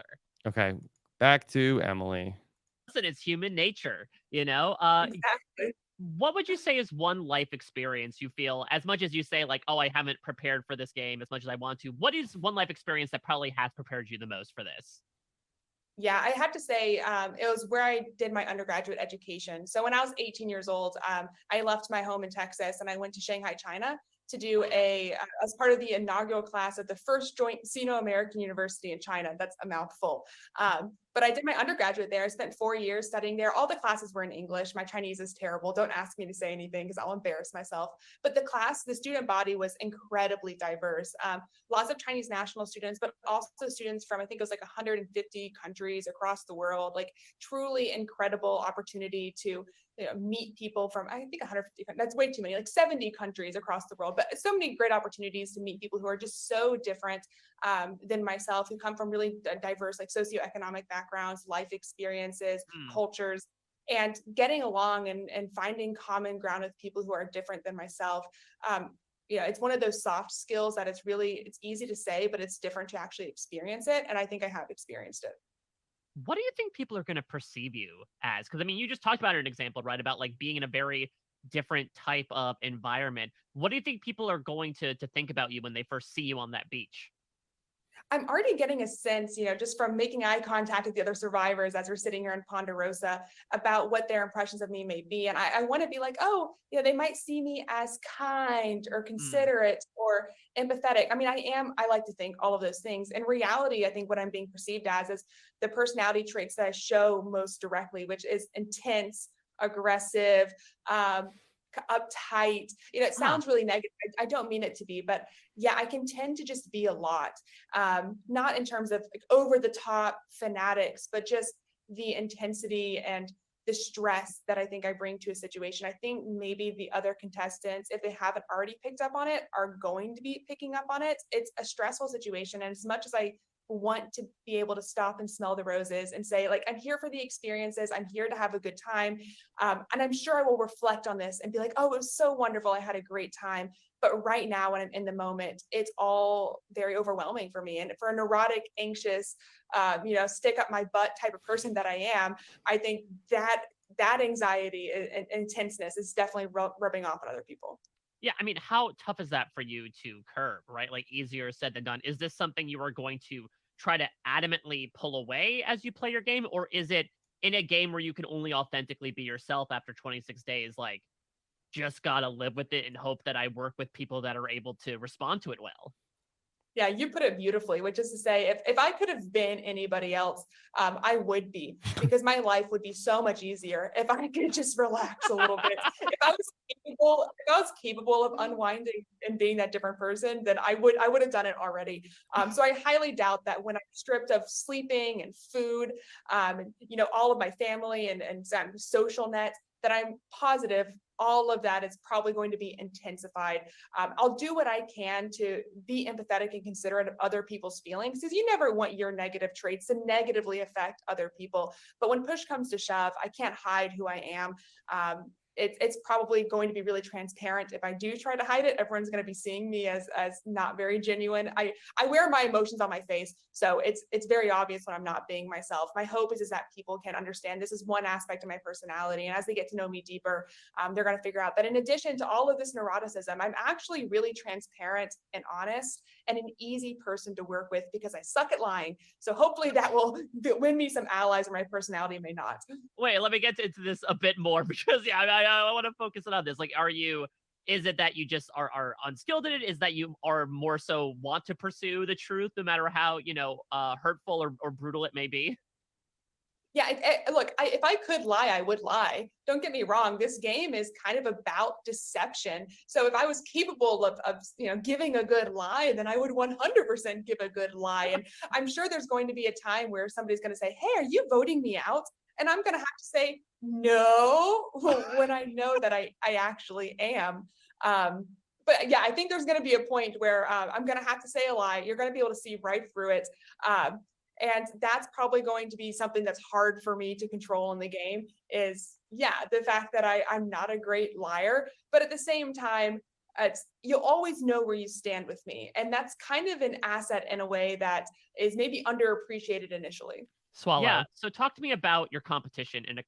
You think she's lying to me there, Rob? Now that you've watched it back, you think that she's trying to Brando me in this moment? I believe that everything we've learned about Emily, I think it would speak to that she, is not going to be able to be a good liar. But, I just love this personality. I Yeah. love when the survivors are sort of like comic book characters of like, these are my superpowers, these are my weaknesses. I love it that she understands herself so well. So, Yes. I am just, I don't know if I'm going to make Emily my winner pick, but I am loving that Emily is here as part of this cast. Yeah, I think she is one of the most like self-recognized people out of this 18, and that Hmm. she knows her skills and her faults and how sometimes her faults can be Yeah. perceived as her skills and vice versa. That being said, yeah, I'm trepidatious. I will admit to it. I would be happy to be surprised by it, but if she's given an example where someone comes up to her and says, "Are you voting for me?" and she goes, "No." I mean, that's like dead in the Hmm. water with 99% of Survivor players. Now, look, let's bring back Cass. Again, Corinne infamously said during their Cass assessment, right? Like, Cass is a casserole. She's boring. She's probably going to go first. And again, she made it to the last boot in her season. Anything is possible. And I do feel like it's been a long time since we've seen this character type on the show, that it's not like people are going to look at her and be like, that's a Cass type. We got to look out for her. But also, I don't know, there's a chance as we talk about this quote unquote tribe a bit more that she may rub some people the wrong way or put herself in some hot water if indeed one of the first tests of her lying. If she's sent on this boat on day 2 Yeah. and they ask her what happened, she'd be like, nothing. Yeah. I just think that she's a very refreshing casting choice in Yes. the new era when everybody is so much. I love everybody. I love all these people. These are my new best friends. I can tell after the season is over, we're all going to be best friends after each other. Yeah, That, but Brandon just said that, right? Like, these people are going to be in my wedding. They're going to be my yeah. family. Yeah. And I don't think Emily's looking at her competitors that way. And I love that. Like you said, it's refreshing. And I think as we'll overlook this cast, especially with the next couple of people, again, for these Survivor fans that have been clamoring for, we want more conflict. We don't want happy-go-lucky kumbaya tribes. I think especially on this tribe, we're far away from kumbaya. The kumbaya, ay, more like, as Mike Turner once said. Okay. All right. All right. I think he said kumbaya. I think he said more Holy like holy crap, crap. that's what it was, That's yeah. the quote. Initially.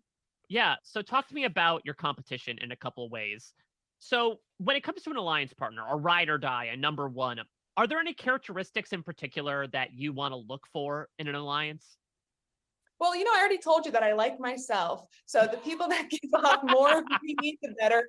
I say that kind of jokingly, but it's true. It's always easier to initially get along with people whose personalities you're familiar with. So somebody who is kind of also open and transparent and honest would be easy for me to get along with because I kind of understand where they're coming from versus somebody who's maybe a bit cagier or somebody who's over the top dramatic. It's going to be harder for me because I'm going to have a harder time understanding their game. But those kind of initial impressions don't always tend to create the best alliances. They may, but you need to have a good working relationship with somebody as well. So I think my initial kind of impressions, what's going to get me through the first half of the game are going to be those vibes, right? Connecting with somebody who has personality traits that are similar to your own, those easy alliance pickups. But the only way you make it through the later game is by connecting with somebody who's really different than yourself, who has a totally different strategy, who, is able to bring a different perspective, surprise people when you're working together, and work with somebody who is so dramatically different than you that, yeah, you end up, riding to the end together. So let's go back to, the first impressions, what you're taking in from other people here at Ponderosa. Describe to me, is there any like particular person or people right now that you're eyeballing as either like if we draw the same buff, best case scenario, I want to work with you, or describe to me any person that's giving you any major red flags, I got to write their name down as soon as I possibly can. Yeah. So initially there are a couple people who I feel like we're already kind of vibing on the same level, mostly because I'm sitting here on my, Nintendo DS playing Pokemon, and I can see them kind of being envious of the fact that I have a DS. And to me, that's like, you recognize what Pokemon is. We have something in common already. And there's a guy with like long hair, glasses, and kind of a scruffy beard.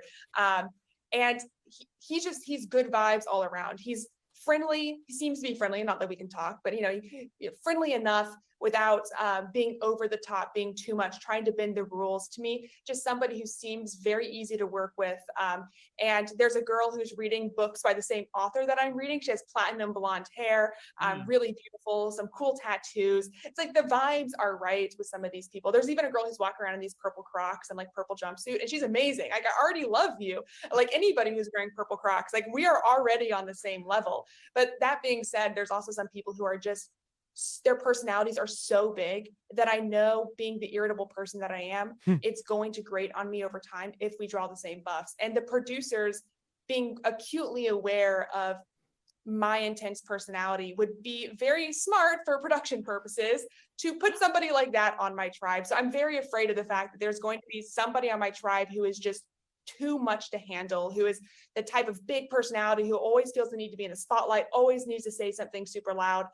And that's going to drive me completely nutty. Swallow. Okay, swallow. So Okay. Okay, so listen, Emily, as I said again, may be in hot water early on, if only she has a good tribe draw. Let's talk about the people that she really vibed with. The guy who's been eyeing her DS with long hair, scruffy beard, and glasses. Would you look at that? It's the guy we just talked about, Brandon Donlon, who's reciprocating those feelings. Girl with cool tattoos, platinum blonde hair, reading the same books by her favorite author. Hannah. Hey, that's the person we're talking about next, in Hannah Rose. And hey, someone with a fly-ass purple jumpsuit and purple Crocs, that's someone who will also be on her drive in Sabaya, Broderick. Wow. And so, if Emily is able to make these connections happen just through those good vibes early on, 4 into 6 is good. Yeah. Do you have a sense of who she might be talking about, who is the really loud personality? I have a guess, but I'm not going to say it yet. Yeah, I'm not entirely sure. I mean, Occam's razor would say Kaleb, just because, again, as we mentioned on the preview, he's going to be talked about a lot. Jake is someone else who also gets mentioned a good amount. And we'll certainly talk about this with the other people. Again, I love her sort of metagaming with the producers, probably putting that intense person she doesn't like on the tribe with her. And I think like, this call is bugged. I'm not saying who I don't like. I mean, considering that she talked about who she liked, I think actually she got more positives than negatives, considering how the tribe draw may or may not end up being. I think at the end of this, we can prognosticate a bit what, if this were a tribe, what the dynamic would be. I could see her bristling with at least one person on this tribe, and I wonder if that's who she's referring to. Okay, we'll see. All right, let's go back to here, the last section with Emily. Couple scenarios in front of you. Let's say pre-merge, hanging out on your tribe beach, whoever it may be with, a boat shows up, guy steps off. As a tribe, you have to pick one person to send on a journey. Are you volunteering? Are you trying to like will someone else to do it? Because we know these come with both good and bad things. What's your tactic to approach that scenario? Yeah, what I don't want to happen is for somebody else to make the decision. What I don't want is somebody good or bad to say, hey, I'm doing this or I'm not doing this. What we're going to do is we're going to do something like draw sticks. Now we're going to make sure we don't stack the deck, as I learned last season. But we're going to do something that is perceived as fair. So I'm not giving anybody kind of that initial edge in their strategy if they did or did not want to go on that. That being said, if I had my druthers, I would not want to go on that adventure, mostly because what tends to happen in the modern era of Survivor is you go on that adventure and you either get an advantage or you get a disadvantage. Either way, you're coming back to your tribe and you're probably going to have to lie about it. And I feel like we've already established that I'm a really bad liar. So I feel like it's a really bad first impression for me to come back. And even if I'm being completely honest, if I know that people are like perceiving what I'm saying as potentially a lie, it comes off like I'm lying. I'm that insecure about my inability to lie that even when I'm telling the truth, it feels like a lie and people think that I'm lying. So all in all, I think it would be, as much as I want to, go, I want to play Survivor. Of course I want to go and like hike a thing and meet new people and do all these fun things. I think realistically, it would be bad for my game if I had to be the one who went on an adventure like that. Well, let me give you a less anxiety-ridden scenario to finish things off. If you could pick a celebrity or a fictional character as a loved one for a loved one's visit, who would it be and why? Oh my God. I don't know why I'm saying this character. I genuinely don't. But I think it's because when I was at the hotel before coming to Fiji, there was a Harry Potter marathon on, and all I did for like 2 days straight was watch Harry Potter. But I want to say Ron Weasley for some reason. Just a reassuring kind of character. I feel like he'd be very proud of me because I feel like his expectations for performance would be low, right? So like coming in, it wouldn't matter how bad I did on like challenge or whatever, Ron Weasley would be thrilled for me, right? And I mean, I just love Ron Weasley. So for some reason, that is the answer. And you know what? It's too late for me to change it now. So that's what There we go. That's what you're doing. It is set in stone. Listen, he's a master of wizard chess. He could teach you how to play the human chess that is Survivor as well. There you go.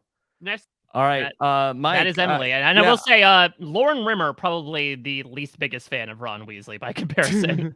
Yeah. I would have thought that Carson would have had Ron Weasley as a loved one last season.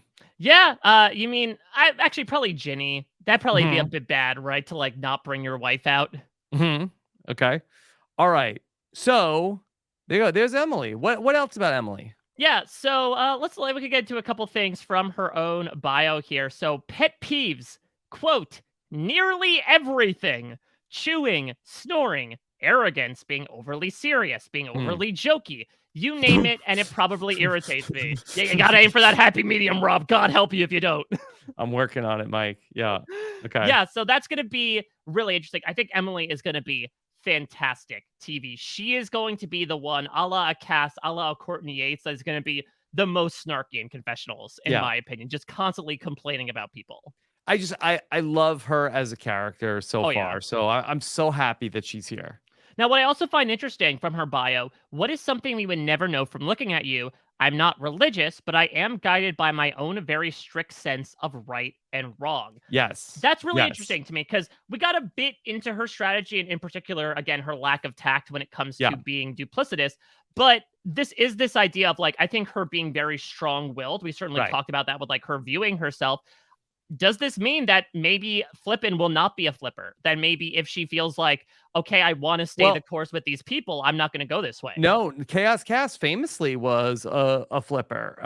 But she is like very like dug in her convictions, and if she feels like that you are not, staying true to those convictions, then she will feel justified in flipping against the people that she was with. Chappelle might call this type of person a Enneagram type 1. Interesting. Well, I don't know if she'll be position number 1 in this season. I would absolutely love it because, again, in an era that has been really predicated on big characters winning, this would be another great one. I am so excited to see Emily play no matter what. I'm a little nervous. I'll be completely honest, between whether it's her feeling overwhelmed in those first few days and in a 6-person tribe when they're looking for any reason to vote you out. And I would imagine that this tribe, should it be a tribe, would be going to tribal pretty early on. That might be a reason to target her. I could see a situation where she gets to the middle game and maybe she's in the middle of something and either she chooses not to do something or to do something because she feels it's the right thing to do. And when asked about it, she's like, I'm not voting you out. And then they say, oh, crap, we got to get rid of her.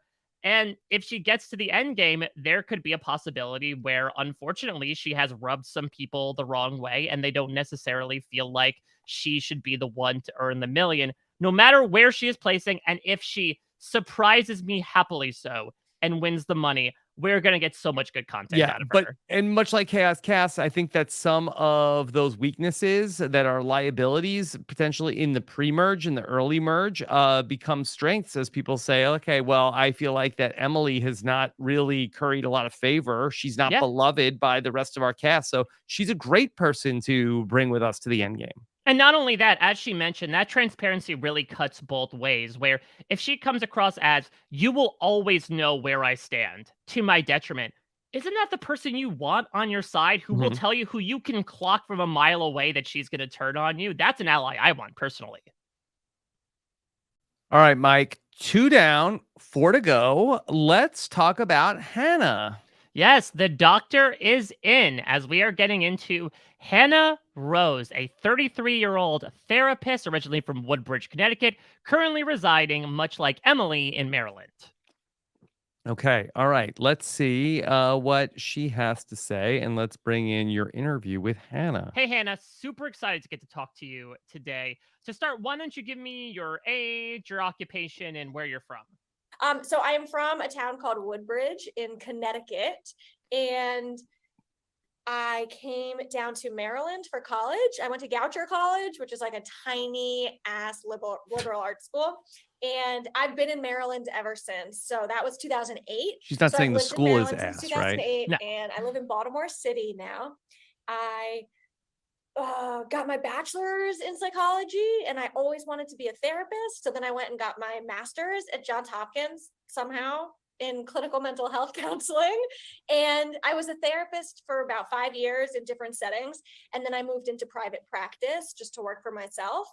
And then I decided, I don't think I want to be a therapist. I am burnt out on holding space for everyone else's stuff. I love my clients, but like, I love public speaking. I love musical theater. I love singing. Like, I want to do that. So I own and manage a group private practice. So I transitioned into group. And so I hired about 12 therapists. And so they all see clients, but I don't. I just manage the practice. And I'm kind of like figuring out what I want to do next. Interesting. And so what has led you to tread the boards of the national stage that is Survivor? What has led you to Fiji? Yeah, what has led me to Fiji was COVID. Essentially, I needed a show to binge watch, and I had never watched Survivor in my life. And like, I love reality TV, like I live for it. And I'm a big Brother fan, The Challenge, and I just never watched Survivor. And I saw that they put a couple seasons on Netflix. This was about a year and a half ago, maybe 2 years, not even. And I was like, oh, this is everything, like psychological, like endurance, physical, emotional, spiritual. And I was like, yeah, I'm going to apply for that. And I did. I just sent in like a 30-second video being like, hey, on my phone. And I was like, yeah, this is why I think I should be on Survivor. And I just turned it over like to the universe. And I was like, we'll see what, if it's meant to be, it'll be. And then like commence this casting process. And every step of the way, I was like, there's no way this is happening. This can't be real. Like, I didn't plan or prep for this in any way. And now I'm sweating my ass off in Fiji. And it's like the most humbling, I can't believe I'm here. Like, I can't believe I'm here.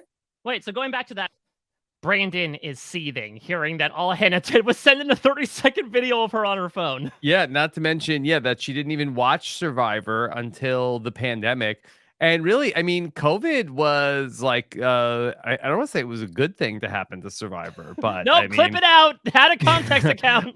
Survivor was Suits before Suits. Basically, it's more skins than Suits. Survivor is like Suits. If like Suits was still on the air, like in season 15, people are like, well, I didn't even start watching Suits until it came on Netflix, and now I'm here. I love it. Yeah, let me be a bit, hot here in my take and say that I think Survivor throwing a couple seasons up on Netflix in 2020 was one of the best things the show has ever done from a marketing perspective. For sure. Like, it's in the top 5, like, greatest things that ever happened to Survivor. Yeah, absolutely. Considering that we have people like Hannah, as I mentioned before in our cast preview, she will be far from the last person to discover Survivor during the pandemic. And I like that. Not to say that I don't love the dyed-in-the-wool, day one, minute one super fans, but the Survivor experience represents a breadth of watchabilities, of, various seasons watched, about various times that are watched. And so I think it is very relatable to have not only one person say, yeah, I didn't really find this show until a few years ago, but to have a good wealth of people that do that, it just feels like it's hearkening to those people who did indeed find this show. And that if you want to get on the show, you don't have to be someone who's watched from, May 31st, 2000. Okay. All right. Back to Hannah. So going back to that prep piece. So is that literal? What sort of prep did you do when you found out that you were coming out onto Survivor? So when they gave me like the yes, you are on 45, and a little bit before that, just in case, I tried like intermittent fasting and failed because I am a hungry bitch. I tried. And I have a Peloton, and so I did like harder classes. I tried building up some endurance. I did a lot more like physical strength stuff. And then besides that, I just kind of, I think for me, a lot of the prep has been emotional. Like, I purposefully read books that were about like resilience, in terms of emotional resilience, physical resilience, like mind over body kind of stuff. And then a lot of like just grounding like mindfulness stuff, because I think that's going to give me a huge edge if I'm able to just stay grounded out there, because I think people lose their marbles. So I know you're a recent convert to Survivor, but a lot of contestants have played. Can you give me a winner and a non-winner that you probably identify with the most out of all these people that have played? Yes. I think a non-winner, first and foremost, is like, can I do two? Can I blend two please. people together?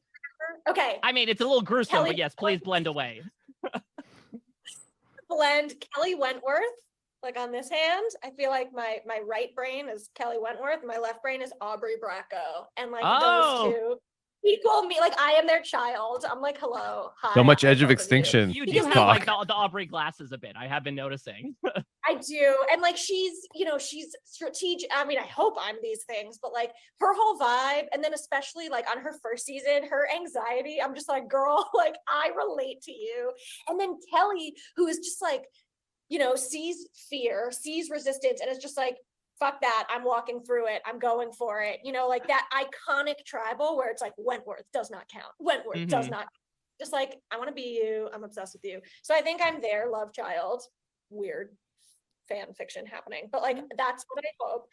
And then in terms of, and I don't know how either of them haven't won, but in terms of a winner, honestly, I'm gonna like throw it back and say Amber, Boston Rob's wife. Okay. And also full human being. That doesn't only have to do with Boston Rob. Absolutely. But I feel like she was able to kind of lay low a bit, but not play it safe. And obviously this was before the era of like Advantage Palooza, just driving everyone crazy. But like, I think her vibe of, she did perform in the challenges, but she was strategic, but it wasn't a loud, look at me strategic. It was like more sleuthy, and that I identify with and also want to emulate. Give me Swallow.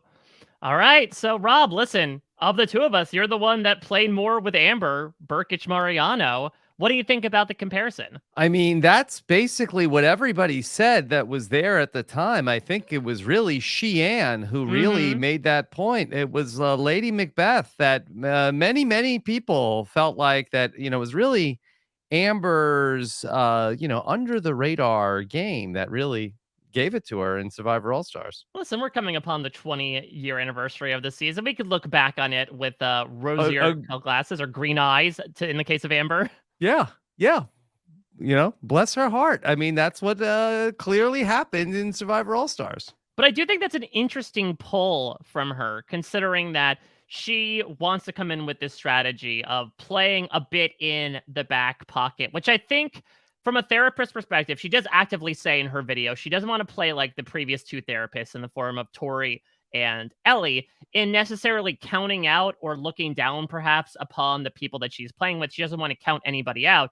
But there's one thing about therapists, Rob, they are incredible listeners. And I think if Hannah wants to invoke that, sit back more and listen rather than respond about things, I do think that Amber strategy comes in a bit more into play. Okay. All right. Back to Hannah. One life experience that you feel has prepared you the most for this game. I mean, in a game full of big moves, you make a pretty dang big move in deciding to pivot your career. Is that something you feel is very applicable to this type of show that is Survivor? Yeah, I would say that almost all of my life experiences, like when I did get cast, my family was like, yeah, this tracks for you. Like none of us are surprised. And like the way that it happened also of me just being like, hey, I'm applying to Survivor. And then it's like, hey, I'm going on Survivor. Like they were like, yeah, okay, Hannah. But I think for me, in terms of the physical discomfort, I think working at and going to a sleepaway summer camp, like throughout my childhood and then formative years, like summer camp changed my life, totally changed my life. And also like taught me that I can do hard things and sustain the elements. Obviously it wasn't this intense by any means, but yeah, I do feel like my experience at camp is gonna help me. And this is camp. I mean, this is the epitome of summer camp, just like on TV. Yeah, I mean, maybe like a very cutthroat summer camp, but still very campy at that. I want to go back to something else that you wrote in your little blurb here, that you got sober at age 20. Talk to me about that choice. Was there something that like spurred that incident on? Was that just because again, it seems like from what you've been talking about, you are someone that is willing to make these large lifestyle choices, that being one of them. Yeah, I would say that me getting sober at 20 wasn't necessarily just like a good idea that I had. It was like very much against my will. It was very much like my life is over. This fucking sucks. Like I don't want to get sober. I'm only 20 years old, but I was in so much pain from my alcoholism and the consequences. Yeah. It wasn't like one day I was just like, I'm gonna get better. It was like, the funny thing is though, like a lot of my peers, you know, like they go to rehab and go to detox and all these things. And I was in a musical at the time in college. I was in Rent. I was Maureen. No big deal. Oh, I was And gonna say you have big Maureen energy to me. I know, which is like very much a compliment and also not a compliment because she's super borderline personality, but it's fine. It's just fine. I'm just She gonna puts go on a with hell it. of a performance, no matter what. It's fine. She does. She's amazing. But so I was in Rent and I had, you know, like a drinking thing, horrible, just like things happening and like lots of consequences. And my parents were like, we're taking you out of college. Like you need to get help. And I was like, you can't. I am Maureen in Rent. I'll go get sober. And I didn't end up sticking to it, but that was my first introduction to recovery circles in my area. And it planted the seed. And then I studied abroad in China and shit got really bad there because of my drinking. And then I came home and I returned to those recovery circles. And yeah, I've been sober since August 28th, 2011. Swallow. Wow. So yeah, congratulations to Hannah, as I'm about to say. I mean, I just find myself so related to this tribe, if they are a tribe, between, again, like Brandon's super duper fandom and anxiety, and between Hannah being like, I will get sober if it means I get to be in a musical. Again, that was like my energy in college. Absolutely. And look, we know that Emily was eyeballing this, reading the same books, wants to work with her. Should be noted, not only do they currently both reside in Maryland, both of them studied abroad in China as well. The similarities caught that continue too. to count up. So, okay. All right, let's keep going with Hannah. Congratulations. So all that being said, when you're out here on the island, how do you think people are going to perceive you? How do you think in the first interactions, they're going to look at you as a player, possible competitor in this game? So my hope is that besides my just like natural resting bitch face, I think people are going to look at me as like bubbly, non-threatening, you know, kind of like I look younger than I am. I'll be honest about my age, but like I look young. I can kind of sound young. You know, there's a huge part of me that's like a tween and I really want to appear non-threatening. And like, you know, I have colorful tattoos, all of which are super impulsive with almost no meaning behind any of them. You know, I have like a cartoon sloth. Like why? I don't know, because it's cute. And I think people will hopefully see me as someone they want to be around and someone who can like bring some comedic relief, and I'm not like strategizing all of the time, and I want to let other people take the reins at first and me just kind of be like, oh yeah, that's a good idea, I'll do that, and then I'm gonna like come out like a viper and be like, bah. So interesting when you're talking about, you know, eyeballing people you want to work with. Are there any characteristics you seek out from others? What do you desire in an alliance partner? I desire someone, and it shouldn't be my number one thing, but like it probably is, but someone that I can just have fun with, like come up for air, because this game is suffocating. It looks like, right? Like it's just so intense all of the time. And I want someone that I can remember to like come up for air with and have fun and trust, which is fickle in this game, but trust like on a person level, like someone who I would be friends with outside of here because I just like their vibe, you know, like that. I want to surround myself with those people, and it may not be the most strategic, but I want to be as authentic as possible while also like lying about a bunch of different things. And hopefully my authenticity attracts authenticity, you know, like real recognizes real to an extent in this game. And I think my pre-sober characteristics of being manipulative as hell, like I'm gonna use those to get further in the game. Interesting, because there's also, I was about to ask about this, like occupational history. Obviously, we have seen therapists like a Denise be able to use those skills really well interpersonally. Is that something that you would like to bring into your game as well, in terms of using those skills on the day-to-day with these players? I think so. I mean, it's interesting when asked this question. It's like, to me, like being a therapist isn't who I am. It's like a branch of who I am because it's what I've done. But like I was this way before I became trained as a therapist in terms of being like person-centered and all those things. I think my training like might help, but more so it's like the getting sober piece, it's the camp counselor piece, it's like all these different parts of self, I think, make me who I am. And Denise killed it but recent therapists, and I can't imagine, how hard it is out there, but like the recent therapists on the show, I feel like almost underestimated all the other castaways because of their therapist identity. They were like, oh no, I'm like better because I'm a therapist. And I think that's bullshit. I think there needs to be a level of humility there that like your training doesn't make you better than everyone else at all.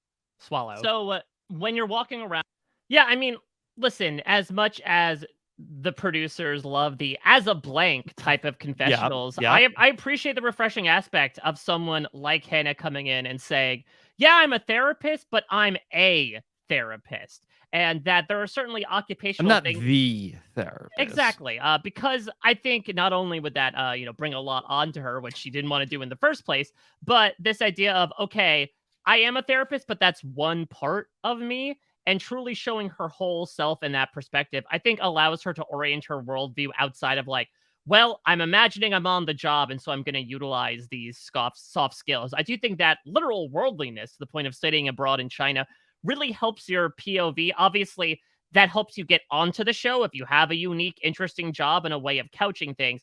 But I do think when you actually approach the game itself, you want to come in embracing all parts of your personality and not just viewing things to the point that she made about people like Tori and Ellie as, well, the beach is just one giant couch for all these patients to sit on. Okay. Let's hear some more from Hannah. Around here, preseason, eyeballing these people that might be your best friend or your worst enemies for the next 26 days. Is there anybody that either you're saying, okay, this is someone who, if I'm drawing the same buff as, I want to work alongside them? Or are there people that you're saying, major red flags, avoid as soon as you hit the beach together? 100% to both. There are a couple people that I've absolutely pinpointed. Like I have like a roster in my journal. I have like my fantasy draft. I'm like these people and these people, and like these are my top picks and these are my maybes. But my like definite like, oh my god, I hope they get voted out first, and or I hope they're on my tribe because then I can put like a target on them. Are two specific people who are very like center of attention. Even in this non-verbal Ponderosa setting, it's very much like, look at me, pick me. Like I have to go out of my way to be seen. And it's like, bro, stay in the middle of the pack. Like we get it, and they're just very like loud, and like I am loud, like physically, but like not when I'm trying, like this is a game and this is all part of the game. So also like people who go up for seconds before everyone else has eaten. Like, bruh, it's just manners. Like, I'm gonna. Well, that's interesting because that could actually play really well into camp, right? Like when there's only so much rice to go around, if someone's taking seconds before everybody else, that can be a reason to vote someone out. Yeah, there's this one like Russell Hantz looking guy who like walks around like his muscles are too big to handle, and like he is gonna. Yeah, he will probably provide and he will catch fish and he will build the shelter, and then if he's on my tribe, I'm gonna aim to be like, let's get him out because like. He's going to be hangry. Swallow. Who's that, Mike? Who's the Russell Hantz guy? So my best guess is Sifu. I feel like Sifu, if you're talking about like big muscles, I feel like Austin, we've certainly talked about him being a bit jacked, but he doesn't really fit that bill of the Russell Hantz variety. I just feel like Sifu is obviously a lot bigger than Russell was, but I feel like he has that general like beefy quality to him. Mm-hmm. Okay. And then, so I think that's one. She said there was a couple people that were the pick-me's, as she would say. Again, I'm going to assume the other one is Kaleb, because what I've gleaned from a lot of these assessments over these 18 castaways is that, like, Kaleb is drawing a lot of attention to himself, that he's doing a bit of glad-handing without talking at Ponderosa. And I would imagine the way that Hannah described those types of people, he would fit that bill. Okay. All right. What is your hottest Survivor take, you would say? Your most controversial opinion about Survivor? Okay, this is weird and maybe supernatural, but like, does Jeff Probst age? That's my hot take. Like, Jeff Probst is immortal, so. Could be something in the beaches of Fiji. For all you know, you could walk away with like your own picture of Dorian Gray. Oh my God. Yeah, true. I love Jeff and I'm gonna respect his marriage, but like, I love him. Like, I love him. I'm gonna try to hug him. My other hot take of Survivor is that, yeah, Advantage Palooza sucks. Like, boil it back down to maybe some idols and that's it. Like, having all these different advantages flying around all the time, like, it's a lot. And maybe I'm just saying that because it's scarier for me, because it's more unknown. It's fun to watch, but it's like more things to manage, and that's very stressful. Yeah, when it comes to advantages, right, between journeys and looking for things around camp, I mean, are you actively searching for them? Or are you just living in fear of them? I think I'm actively searching for them, but hopefully in a really tactful way. Mhm. I mean, like, maybe I'll just tell everyone that I have to poop, but like all the time and just look for idols. I don't know. I don't know. But yeah, I mean, they're like, gonna, I want to find the advantages. yeah, they're gonna look very sideways at like the food that you're eating. Of like, okay, I don't know if I should be eating that fish if she just had some before me. The last thing I want to ask is fun question. Give me a celebrity or a fictional character that you would want to bring out as a loved one for a loved one's visit. Ted Lasso. Ha! Yes. Believe. You gotta believe. I think it'd be perfect to have out there. Yes. I mean, I could come up with so many other things, but like that's what just came up because I need that level of emotional support. Yeah, 100%. And I think, listen, he is a coach. Mhm. He could give you that 11th hour pep talk when you needed it to have you surge your way through the rest of the game. Yeah, it's so true. It's so true. Okay. I don't know if Ted Lasso loves talking to therapists. I mean, yeah, that's a good point. I think it's more so like the Dr. Melfi therapist, right? Of like, who does the therapist see for therapy?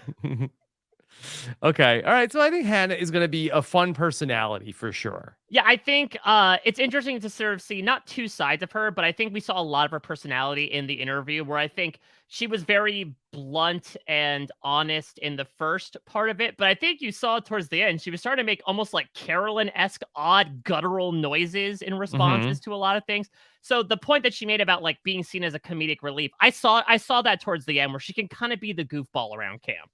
Yeah, I feel like that maybe her vibe is also a little bit like Claire from last season in terms of her energy and sort of like being like a little bit of like high energy. So I could see that as well. Yeah, and so if we're starting to sketch Super out this social. yeah, and as we're sketching out this tribe, we still have half of it to go, but honestly, I could really see a trinity forming here with Brandon, Emily, and Hannah, those that we've talked about so far. I think that Hannah was talking about how she wanted to work with people who were authentically themselves. I think both Brandon and Emily have come forward with showing their true colors there. Now, it's a possibility. We know that Hannah is one that can be blunt about people she doesn't get along with. Maybe she is just not going to vibe with them. Like won't breed like in this case, but I can really see the three of them fitting in really well together. Okay, Mike, let's talk about the fourth member of this tribe. Who else do we got? Oh, Canada. Here is our sole requisite Canadian of this season. We are talking about, in a season all about Colt 45, we have the Afro Man, Kaleb Gibberwold. He is in software sales, though, as he will say, has done a lot over his brief amount of time on this planet. 29 years old from Vancouver. Okay. I am really looking forward to hearing from him. This is also the same guy, in case you forgot, that Brandon said that people should be making their winner pick. So, but also the person that Hannah said that she did not like, said it was a pick-me person. Did she describe him? She said there was a pick-me person. She said that she thought that this was him. I mean, again, that's my assumption. Maybe it's just I'm sort of coloring it based on the stuff that other people have been saying. But yeah, that's something to keep in the back of our heads, that Kaleb will be talked about a lot. He sticks out for various reasons in the preseason, and not all of them are good. Okay, all right. Let's hear from the man himself. It's Kaleb. Okay. Your bio line, I suppose, man. Who are you? Where are you from? Yeah, my name's Kaleb. I'm 28 years old from Vancouver, Canada. I'm the Canadian. You're the Canadian, yes. Canadian. I am Mike Bloom. I am a American, I suppose, representing Parade, and Rob has a podcast. How you doing right now? How you feeling, man? Can't get good if you've been good. You know what I mean? I'm here. I'm ready. You know, I know a little bit about the RHAP life, and even seen your face once or twice. So it's a pleasure. The pleasure is all mine. So I got to ask, what has you out right there in Fiji? Why are you there on Survivor? I mean, there's lots of reasons. Number one, I think I was a little bit offended. We had a Canadian winner in season 41, season 42, and then what do they do in 43? They access from the profile. I mean, I was like, at home, I was like, no offense to anybody here, but classic Americans, right? I got to go out here and defend the throne a little bit. So that was a big motivation to jump in and put in my tape. But bigger than that, I feel like I'm a huge fan of the show, and I'm out here to win the $1 million, And the thing is, like, for me, I've never been qualified for anything I've ever done. So it almost feels like I'm perfectly qualified for Survivor, you know, whether getting my first job at 13, lying and saying I was 16 in order to go and sling pizzas in Poco, trying to make some money, becoming a lifeguard, having never passed any swim lessons, starting a painting business at 17, quitting the lifeguarding thing to do that, having never painted a house before, but then using that to pay for all my school, all my living expenses, and adding like a security arm to that business and a Christmas light arm to the business. Like I'm always just kind of figuring it out, you know? And now I'm in software sales. What's that about? But I'm doing great there too, working remote. I hope none of his clients are listening. Well, he actually touts a lot about it in his bio. He says he works for a marketing company which partners with businesses to educate their communities about choosing conservative healthcare, physical therapy, chiropractic, etc., over addictive medication and invasive surgery. It's a mission I'm passionate about. Over the past 5+ years, I've generated millions in sales, which means I'm helping thousands of patients and hundreds of local businesses. So to answer his question, that's what that's about. That's what software sales is about. Okay. Wow. All right. Let's go back. Here we go. Remotely, been doing that for 5 years. And so I'm just a problem solver, man. Like I just know once I get out there, I'm great with people. I'm a quick study. Like I'm going to make it work, whatever it is. Wow, with no offense to you, I'm kind of glad you moved on from the lifeguarding job. If you didn't take a swimming lesson before it, I feel like a lot of people's lives were unintentionally saved by you moving on from that job. You know, I took the lifeguard certification courses, but I just kind of like, if you're athletic enough, you can kind of get by on like not actually knowing how to tread water, you know? Well, that being said, you know, while your Like the resume plot of may be Suits. stacked in terms of various positions, what about your Survivor resume? What's your history with watching the show? I got a little bit of a different history than the people you guys cast nowadays. I feel like I'm like one of the people who hasn't been watching since I've been like 2 years old, you know? I started watching Survivor. Like the thing about me is I love in TV shows and movies, I love good villains, you know, like the anti-hero. So starting Survivor was an intentional thing. And what I decided to do was list out all of the best villain seasons of all time and just start going at them in order. So I watched season 1, then season 6. And then I also was kind of cross-referencing based on how good the season was, you know? So it was like 1, 6, 7, 8. Then I hit 13. Am I the villain? Yes, you're the problem. It's you. It's me? Kaleb loves the anti-hero. Oh my God. Oh my This has been God. very therapeutic for you, Rob. I feel like the Hannah in this situation, just having you come to terms with how much people are looking upon your legacy. Oh my God. Okay. All right. Get back to Kaleb. Okay. I did 16, 19, 20. At that point, I'm hooked, you know, and now I'm doing like I did Redemption Island after that. And I did then I think I jumped straight into Cag Ion. And then I was thinking, well, I got to go back and watch the other great seasons, you know?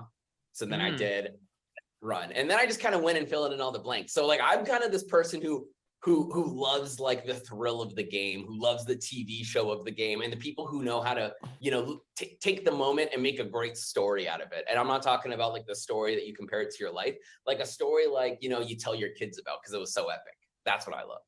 So if I ask you, you know, give me one winner and one non-winner that you compare yourself to, will it be those villains that led to your sort of impromptu viewing guide of Survivor? Or are you looking more so towards the hero side of things? Yeah, I mean, like if I was to say like a winner and a non-winner, like one winner who comes to mind is would be like Tyson, for example. You know, I'm a guy, likes to have a good time, make sure everyone else is having a good time, makes a lot of jokes, is going to probably be a part of the life of the party, but at the same time have a lot of awareness, right? Just from working in business and having my own business, understanding the people and using humor almost to elevate other people up. So that way I can strategically put myself in the right position of the game. I think that's what Tyson did really well.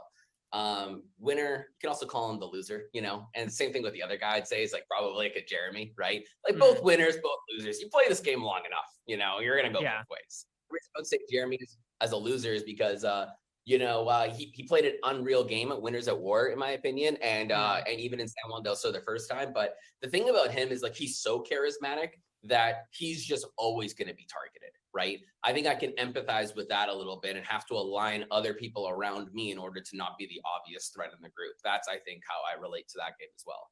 Interesting. So you're going to be eyeballing some meat shields then? As soon as you hit the game, you're trying to cop that strategy from him? Yeah, big time. I think with me, so obviously you look at me, I mean, this might be a question you guys ask later on, like in terms of how I might be perceived. right? And Wow, he does listen to the podcast, Mike. Yeah, he's seen my face a couple times. He's clocked everything that I didn't even need to be there. I could have just sent him the list of questions this time. He would have answered them for me. I'm obviously going to be somebody who can easily be considered a threat. I'm athletic. I'm one of the younger people here. I'm obviously great with people, charismatic, even if I lie about my job in sales. And so instead of trying to hide from that and then people kind of whispering, oh, he might be a threat. My strategy is almost to be hiding in plain sight and to take like this party energy and this young vibe and spread it. I want to consider myself like the golden retriever survivor. That's kind of how I see it. We got a king, we got a queen, we got a jester. I want to be the golden retriever, the person that people let into their yards, let into their home. And then eventually when I get to the foot of their bed and they fall asleep, that's when I do my damage, right? What they don't realize is this dog, he was raised by wolves. And that's what I want to bring. That kind of energy. I love that. Just you're barking no matter what. It just depends on what the animal is. But the only way you can do that is to get people to let you in. And so that's my first stage of the game. Be the party. Be really obvious that I'm here. I want to be Cody on the outside and Jesse on the inside. Do you know what I mean? Like let them see what they want to see and not actually realize what I'm doing behind the scenes. Well, you talk about knowing that you visually look like. I can't wait for the inner Kaleb to steal the idol of the outer Kaleb and betray him. Yeah. I mean, he's like the reverse mullet of that. He's, party on the front, but business in the back. Isn't that just like a toupee? I don't know. Yeah, so the golden retriever of Survivor. Now we can really break this down because honestly, I would not be surprised if this interview spreads far enough for like adoption of golden retrievers plummets because of just the horrific image of you invite me into your home. You let me sleep in your bed. That's your folly. They were raised by wolves. Yeah, I mean, it's a really interesting idea, which again, on paper, I think makes a lot of sense. It's very clear. Kaleb presents this life of the party energy. He opens his 1-minute video by essentially dancing on his own, Robin style, that he has his own heartbeat to mimic the music of his life, and he's just going to keep dancing. And I think that joviality is really going to help. Hannah herself said she wants to just work with people that she can have fun with. If she vibes with Kaleb, I think they could have a really good time together. The tough thing I have is how much are people going to notice this? Like Tyson is someone who always does so well because he is so unassuming because of this personality. And I think in a certain type of season, Kaleb will be able to benefit from that. Look at what happened with Jam Jam. But in this day and age on Survivor, is that a personality type that can't not get clocked by the other players early on? See, you say early on. I feel like that it's the type of personality that gets clocked later on. I can't remember the person, and maybe you could refresh my memory, that people said in the new era, like, oh my God, they were so likable. They were so charismatic. We had to get rid of them right away. Yeah, I don't think that's really like an early pre-merge type of mindset. It's usually by the book stuff of, oh, okay, they're not contributing in challenges or a camp, or we're bristling in terms of personality. I agree with you. Kaleb is such a dynamite character, but to me, he screams that like 6th to 8th place energy that we usually get in the new era. If not earlier. Yeah, as someone who, when you enter the merge, because he'll make it, he may be one of the most physically adept parts of this tribe in particular, so I think he will be seen as an asset.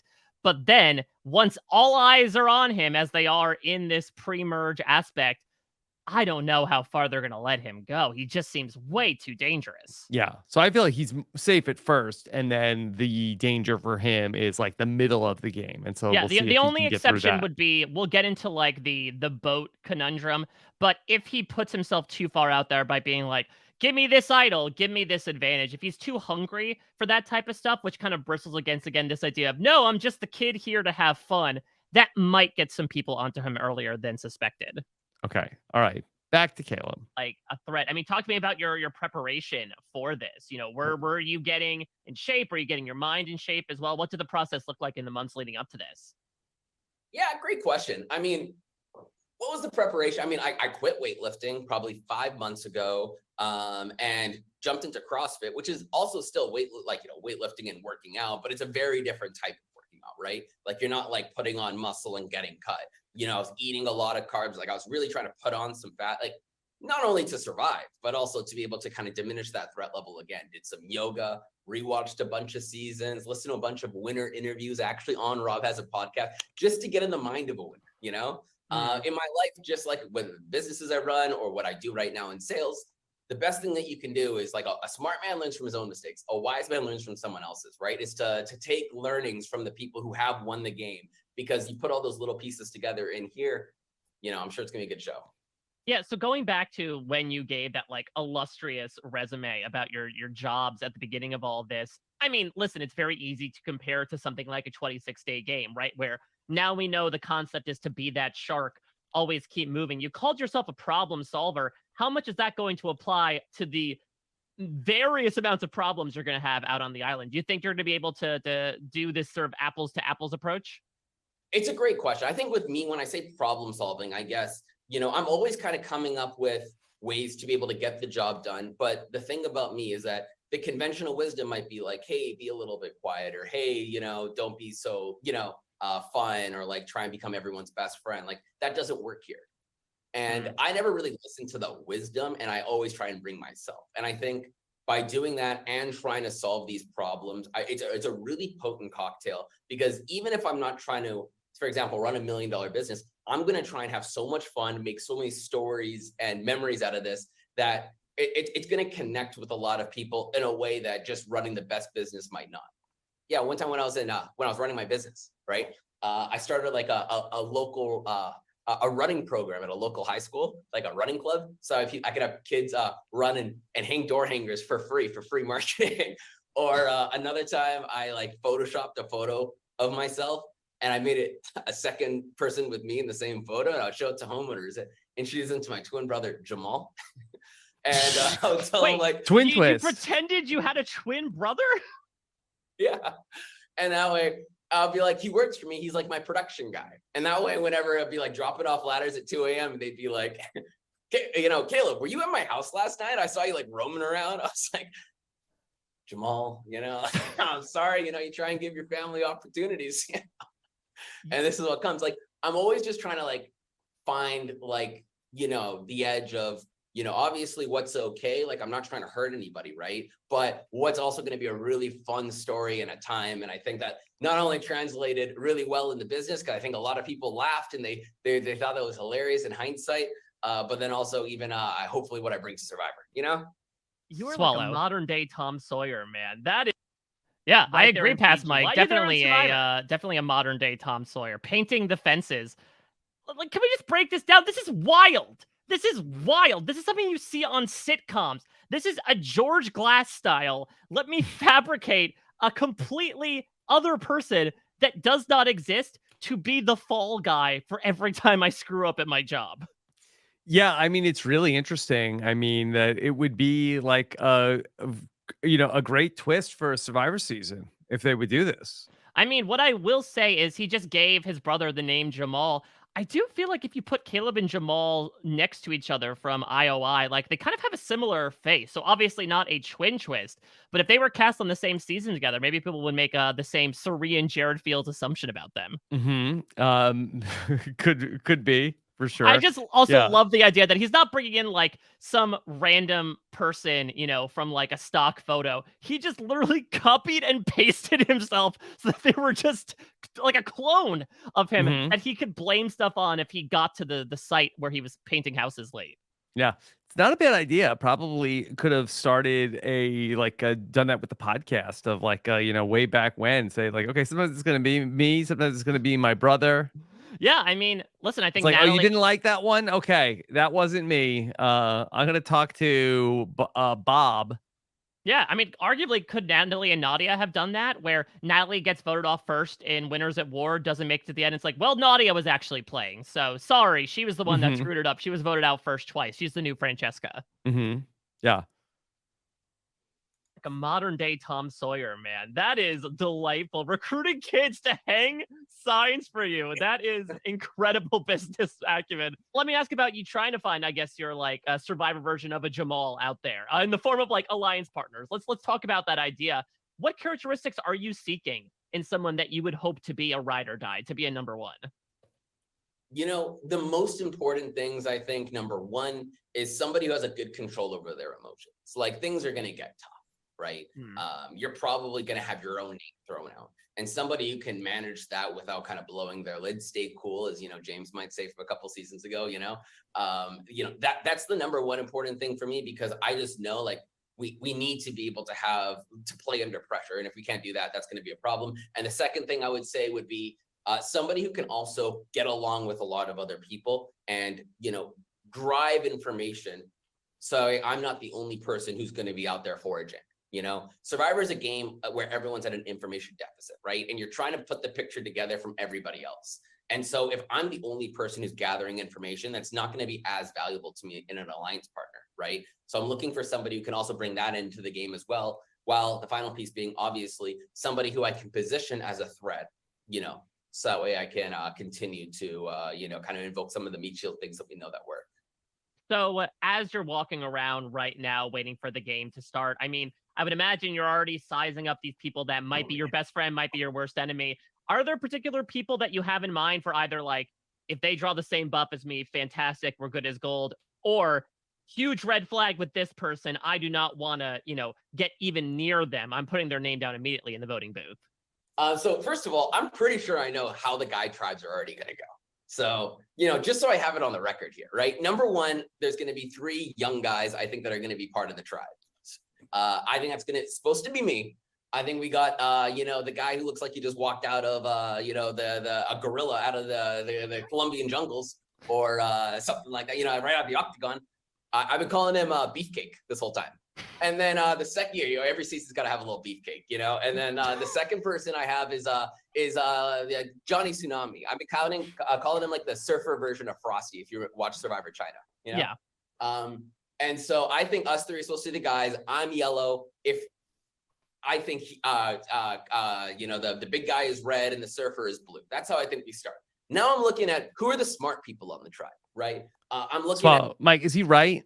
He is incorrect. So yeah, let's try Kaleb's guesses here, and let's try to attribute the nicknames to who he might be referring to. Okay. Kaleb equals Kaleb. He's 1 for 1 there. Yes. The beefcake, lovingly so, is Sifu, I think. Much better attribution, I think, than the Russell Hance looking guy. Mm-hmm.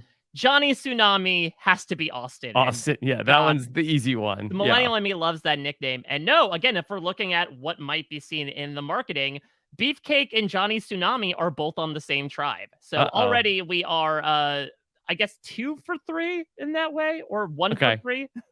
So, all right. So his shots. He did guess that he's yellow. Yeah, so that was easy to guess based on his own laundry. Okay.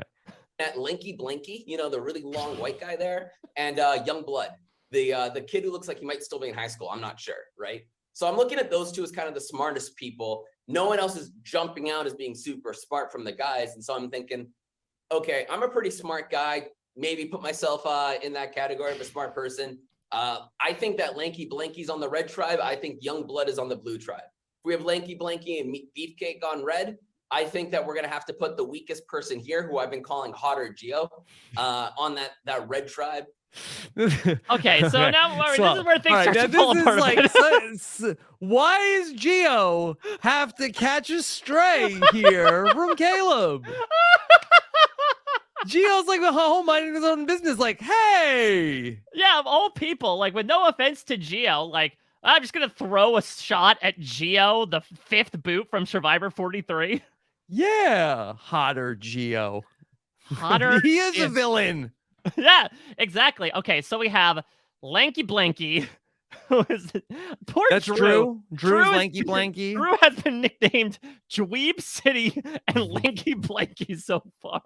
And we haven't even gotten to Napoleon Dynamite yet. Yeah. Okay. So then we have Youngblood, which could go. Is that Brando? I think it either might be Brando or it might be Sean. Because Brando obviously is looking young, but Sean obviously looks very young. But I guess, is Sean Hotter Geo? Sean is Hotter Geo. Yeah, I'm trying to think about the other comparisons. Like, yeah, I think Sean has to be Hotter Geo, which I think is wrong for many reasons. And yeah, here Sean's we are again. 35, so I don't think he's young blood. And also, and I will doesn't also look say, old enough to be on the show. Kaleb's logic also falls a bit apart here, where he's like, I think I'm the strong guy, but I think I'm also the smart guy that was cast on this tribe.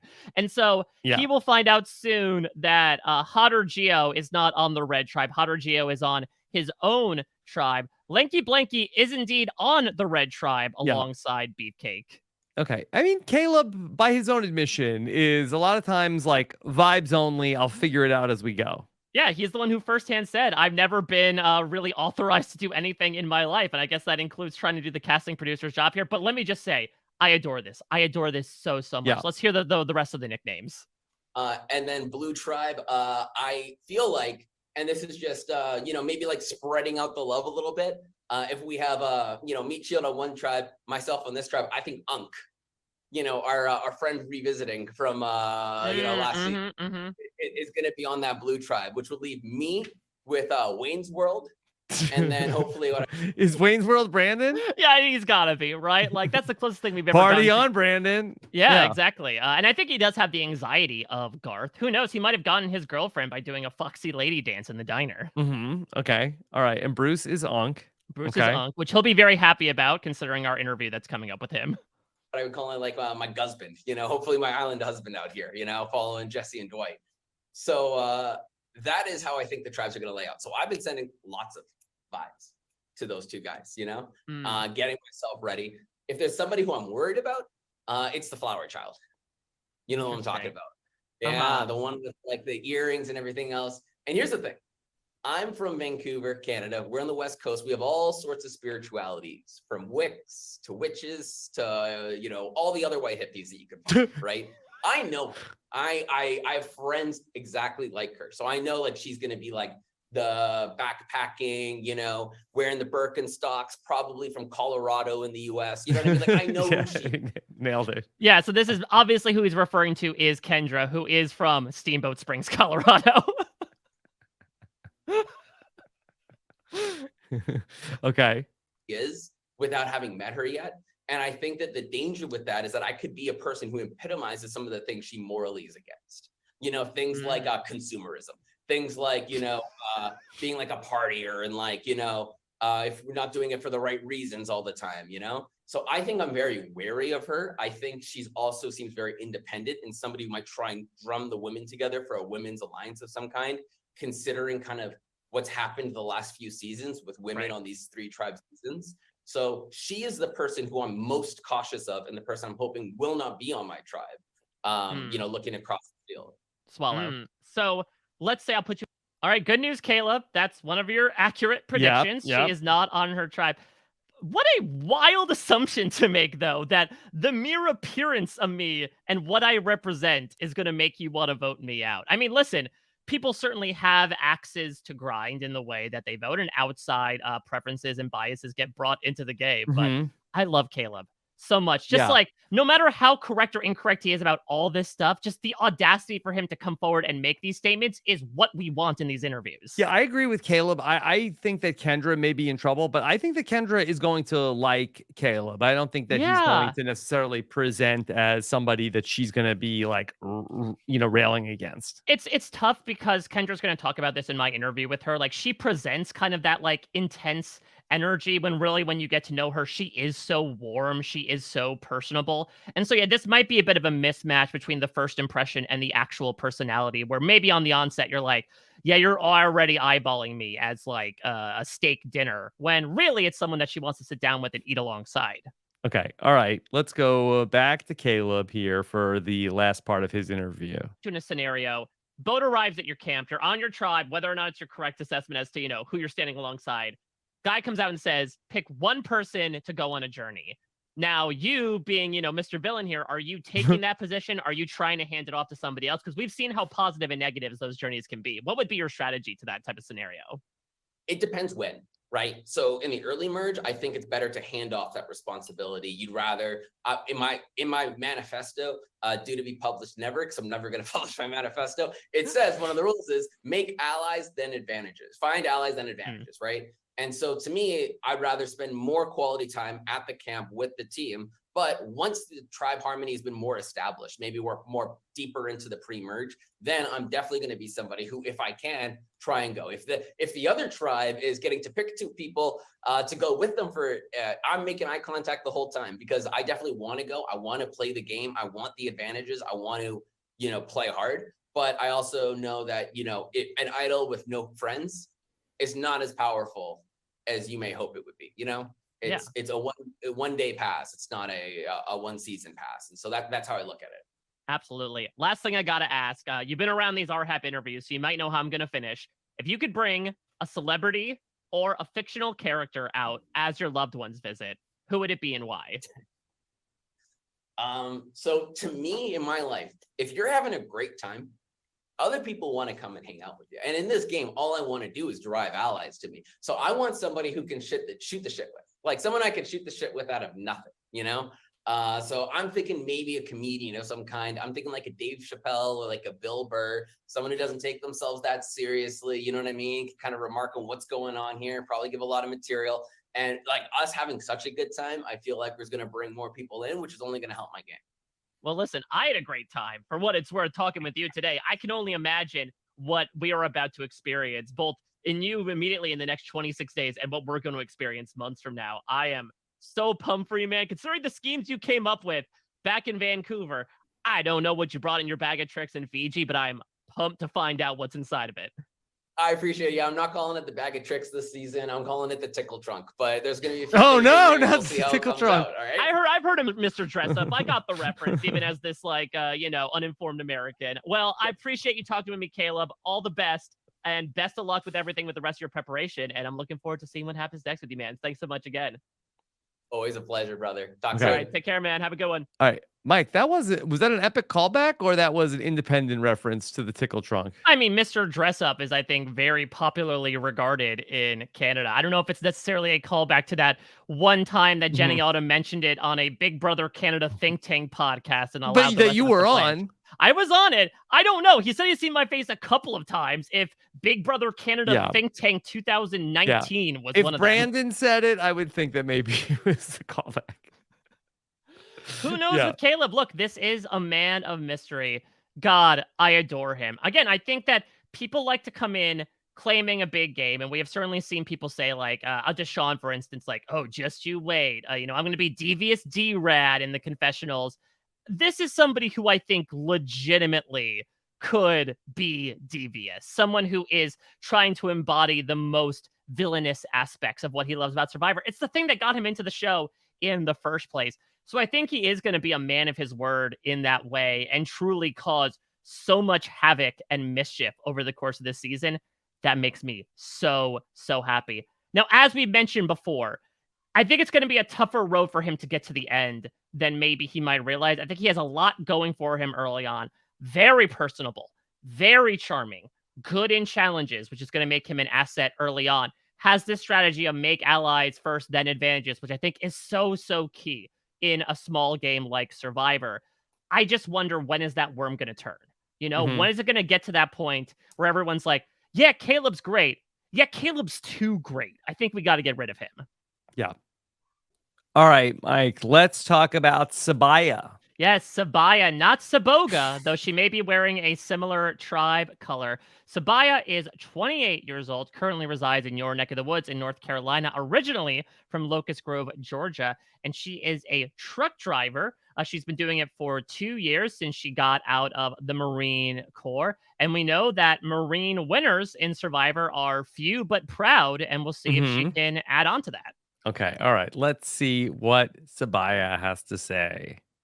Hello. How are you doing today? I'm doing great, and I watch your show, so this is amazing. Oh, Sabaya. Well, likewise, I'm Star Trek. I'm talking with the future winner of Survivor, so I should be. Yeah, don't you? You better know it, buddy. Well, why don't you start by telling me your name, your age, where you're from, and what you do? All right. Well, I'm Sabaya. I am from Locust Grove, Georgia. It's this little town about 45 minutes down south of Atlanta. And I'm a truck driver now. I'm also a Marine Corps veteran. So I just got out 2 years ago and I've been driving ever since. Interesting. Well, first off, thank you for your service. I'm really intrigued as to how this transition ended up happening. Was this sort of a right place, right time deal, or did you always intend to drive trucks as soon as you left the Marines? I had a buddy that worked night crew with me, Corporal Wolf. He said that that's what he was gonna do. There was a troops into transportation course from the VA, and at the time the trucking industry was really booming. So it was a lot of great contracts, a lot of good money, and I don't know. I just once I got out, I did 4 years. I was like, okay, well, let me just see, how things are going. There was a lot of politics stuff going on, and I wasn't really sure about re-enlisting. So I was like, I'm gonna just give it a breath, and try to do something on the civilian side. So yeah, I did the class down at Fort Benning in Georgia and got my CDL, and I've been driving ever since. Well, what made you decide to take the haul all the way out to Fiji, to drive the Lord. convoy and Brilliant hopefully segue. drive away $1 million richer? Why Survivor? Why Survivor? Survivor is my favorite show. Okay. And I've been watching it since the beginning. So since I was about 5 or 6 years old. And it was always a family show. All we watched was this. We didn't have like fancy cable and stuff. We just had the straight up channels. That's what we call them. And CBS is one of them. And Survivor and American Idol literally were, points on our family calendar throughout the day and throughout the week. We'd be racing home from Bible study to see who got voted off on Wednesday nights. And I fell in love with this show. It gives you everything. It's like, I'm a track and field runner by trade, and I did that in college, in Augusta, at Augusta State, go Jags. But That's what they're saying in the Big Brother house. I love track because it's, my body Comedy versus Jack. your body. That's it. It's not about a ball, nothing, no politics and everything. It's just, okay, you run the time, you're in. If you don't, you're out, and I've always respected that cut and dry version of competition. And to me, Survivor is that, but okay, now we're going to add the mental aspect.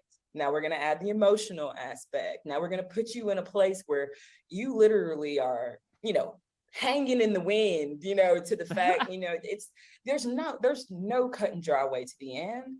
It's just me versus you, and everything that makes me versus everything that makes you.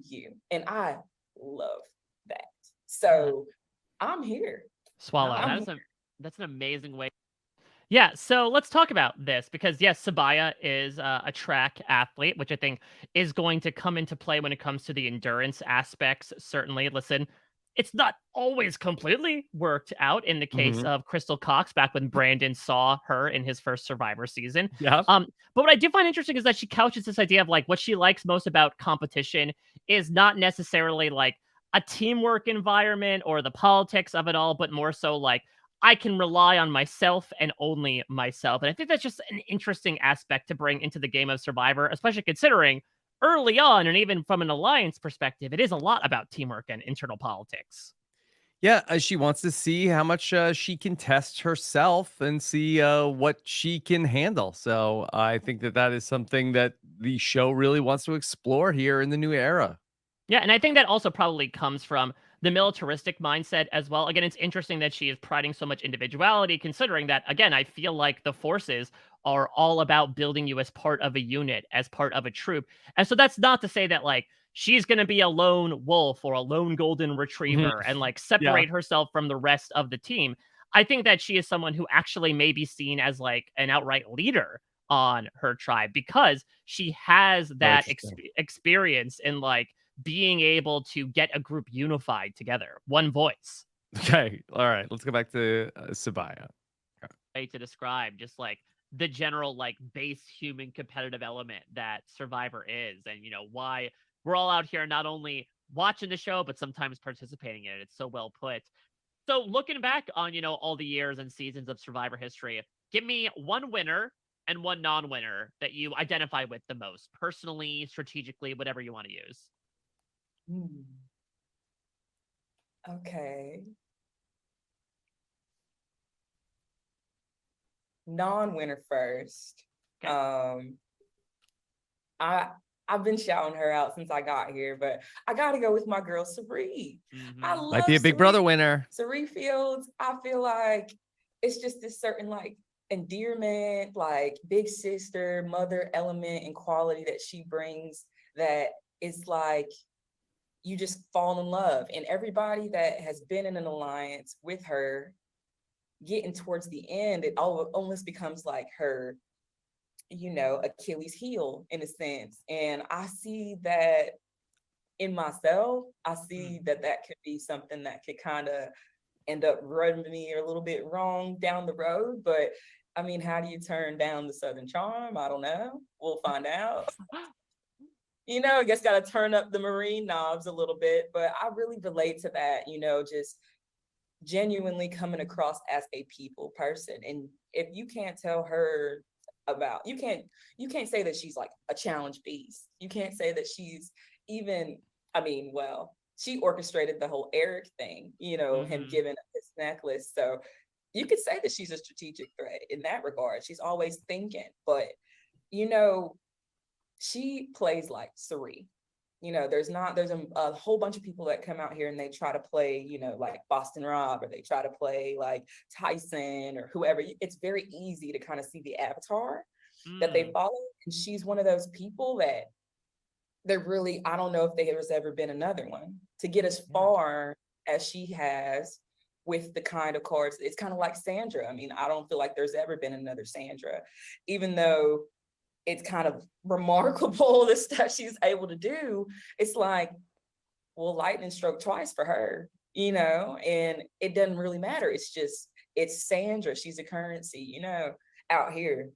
Yeah. So, and so for the winner, I would have to say Tony, because I would say I really don't feel like anyone can argue with Tony winning his seasons. Tony left it all out there, and that's how I plan to be. I don't plan to hold anything in the tank. When y'all get finished watching this season, it's gonna be like, yeah, well, she won that. Like it's not Nice. I don't plan on it being up for debate, and that's one thing that I feel like is kind of like can be a fear for players. It's like, okay, well, like what if people don't think I deserved it? Like Michelle, she was, vulnerable saying that, but I really don't feel like it'll be up for debate. I'm going to be looking for idols. I'm going to be hiding and spying on folks. I'm going to take some notes from these greats that got their million already and then some, So. What would you say is one life experience that you feel has prepared you most particularly for this game? I would have to say boot camp for the Marine Corps. And that seems very extreme, but okay. So in boot camp, it's kind of like one of those places in the earth that you only go really for that, and Paris Island is a very particular temperature. It's hot, muggy, and a lot of mosquitoes. So that Fiji is just that. I'm finding that out every day, and there's a place in your mind that you have to go to deal with that, where you're just constantly being just bugs. And you don't really have much relief, and you're not getting any relief. And if you ask for some, people are basically just going to laugh at you and be like, don't you know you're in boot camp? But not to mention the weather elements, but you're going to be pushed outside of your comfort zone on purpose. It's the drill instructor's job to break you, as a person, to really just get you out of that, oh mommy, oh dad kind of situation. Like, no, ma'am, you came here to be a devil dog, okay? So you got to go through hell. Now this is welcome to hell, So Jeff, to me, is like a lot nicer than a drill instructor, but you can tell that he relishes in the suck of the situations, and that's something that drill instructors, you can see it on their face. It just makes them happy, if it's 1 billion degrees outside and you got to slap sticks and drill outside, it makes them happy that you are getting that particular iron strike, but iron can only sharpen iron, and you come out of that machine like you're supposed to, you know? So I'm hoping that I come out the other side of this being, you know, the toughest survivor there is, you know? So I feel like boot camp prepped me for this, you know, even though it's 2017, you never forget that. Oh, follow. Yeah. But I do think it might be a fun direction for the show if Jeff opened it up and said, "Welcome to hell." I mean, listen, we had the monster. We now Mm-hmm. have the grittiest season. I think we're only a couple clicks away from Jeff coming out with devil horns, just saying, like, you've reached the 10th circle of hell. Survivor 48. Yeah. Okay. I don't think he wants to be a drill sergeant, though. No, but I mean, very much Maybe the once opposite, upon a right? time. Yeah, considering the warmth that he wants to bring in. But this is, I think, something that can really lend credence to Sabaya, is that obviously, especially in the new era, you are tested arguably more than ever, very limited supplies, you know, things like the rice negotiations, actively like taking away your power in exchange for food. Sabaya's going to look at this as a walk in the park in comparison to what she got out on Paris Island. Mm-hmm. Okay. All right. Back to Sabaya. Okay. I can only imagine. So when it comes to, you know, your fellow recruits in this beachside boot camp, I mean, you talk about sort of turning the knobs on this radio of yours, right? Between the Southern genteelness and the military aspect. How do you think people are going to perceive you, though, when it comes to when you actually hit the sand and start playing? Oh man, I'm hoping to keep some mystery about me. Honestly, like mystery can be good. It can also be bad because there's like a element of distrust, you know, oh, well, I don't really know her all the way. But the good thing about people from the South is you trust us. I don't know why, but there's something about, you know, if I say, hi, I'm Sabaya, I'm from Georgia, nice to meet you, or nice to meet y'all. Somebody's like, oh, wow, I love her. You know, I could be a killer. That's what I'm going to say now. You know, but it's just, that's how it comes across. It's this endearment, like, oh man, you know, so I hope that they think that I'm warm. You know, I hope that they think I'm a little bit slower, because that's another stereotype that we get, you know, oh, she has a little bit of draw that we can hear. Maybe she's not so smart, you know, but they'd be wrong, you know, and I'm hoping that there's a lot of just misinterpreting and a lot of people being wrong about me. I'm really hoping, because if they're right about me, they'll vote me out, and I can't have that. Yeah. So I really, really am just hoping that they're wrong. I have a lot of things in my arsenal that can make me a really big threat. Yeah, I mean, listen, you're driving this truck, right? That is your game. Steer into that curve. That's what you're trained to do when you hit that slippery patch. Exactly. We're taking this on around the bend, whether we can see the edge or not. Yeah. So that being said, when you're looking, Mike, you're a national treasure. Luckily, there are like two things I know about truck driving, and I hit them both in this interview. I felt like I did my job. Thank you. Another person talking about the edge, by the way. Yeah, exactly. Well, let's talk about this approach, because Sabaya is the only person this season who like has this noticeable accent. Do you buy what she's selling here, Rob, or what she's transporting? Do you think people will underestimate her based on the way that she speaks? I don't want to get into if people will underestimate her, but I do think that people will look at her and trust her when she shows up, and you know, she's got a big smile and she says, you know, how are y'all doing? Like, I think that there is, you know, a well documented, you know, Southern charm that does seem to really. No, it's another help network, Survivor Rob. players. Yeah. Some survivors though. Yeah. I do think that she is somebody who I think will be very well liked. I completely agree. I have high hopes for Sabaya. We'll get into it more as this interview goes on, but like between her strength, her like general, you know, personality, I think, which I agree is very easygoing, very friendly. I don't feel like she's really going to bristle with anybody, or at least she won't be the one to directly antagonize anybody. And I think the fact that, again, she could be this unifier, she could be the drill instructor of her tribe, just being the one to hopefully get everyone into a proper fighting form.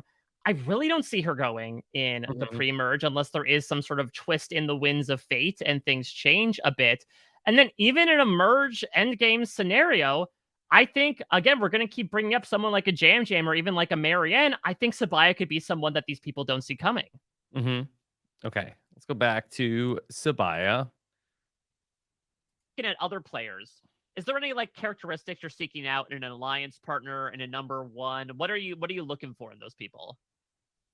And I know this is gonna be like kind of like weird, but I'll explain it after I say it. I need people that are innately followers in the beginning. Okay. And so I'm watching for the people that don't get up to put up their plate until they see somebody else do it.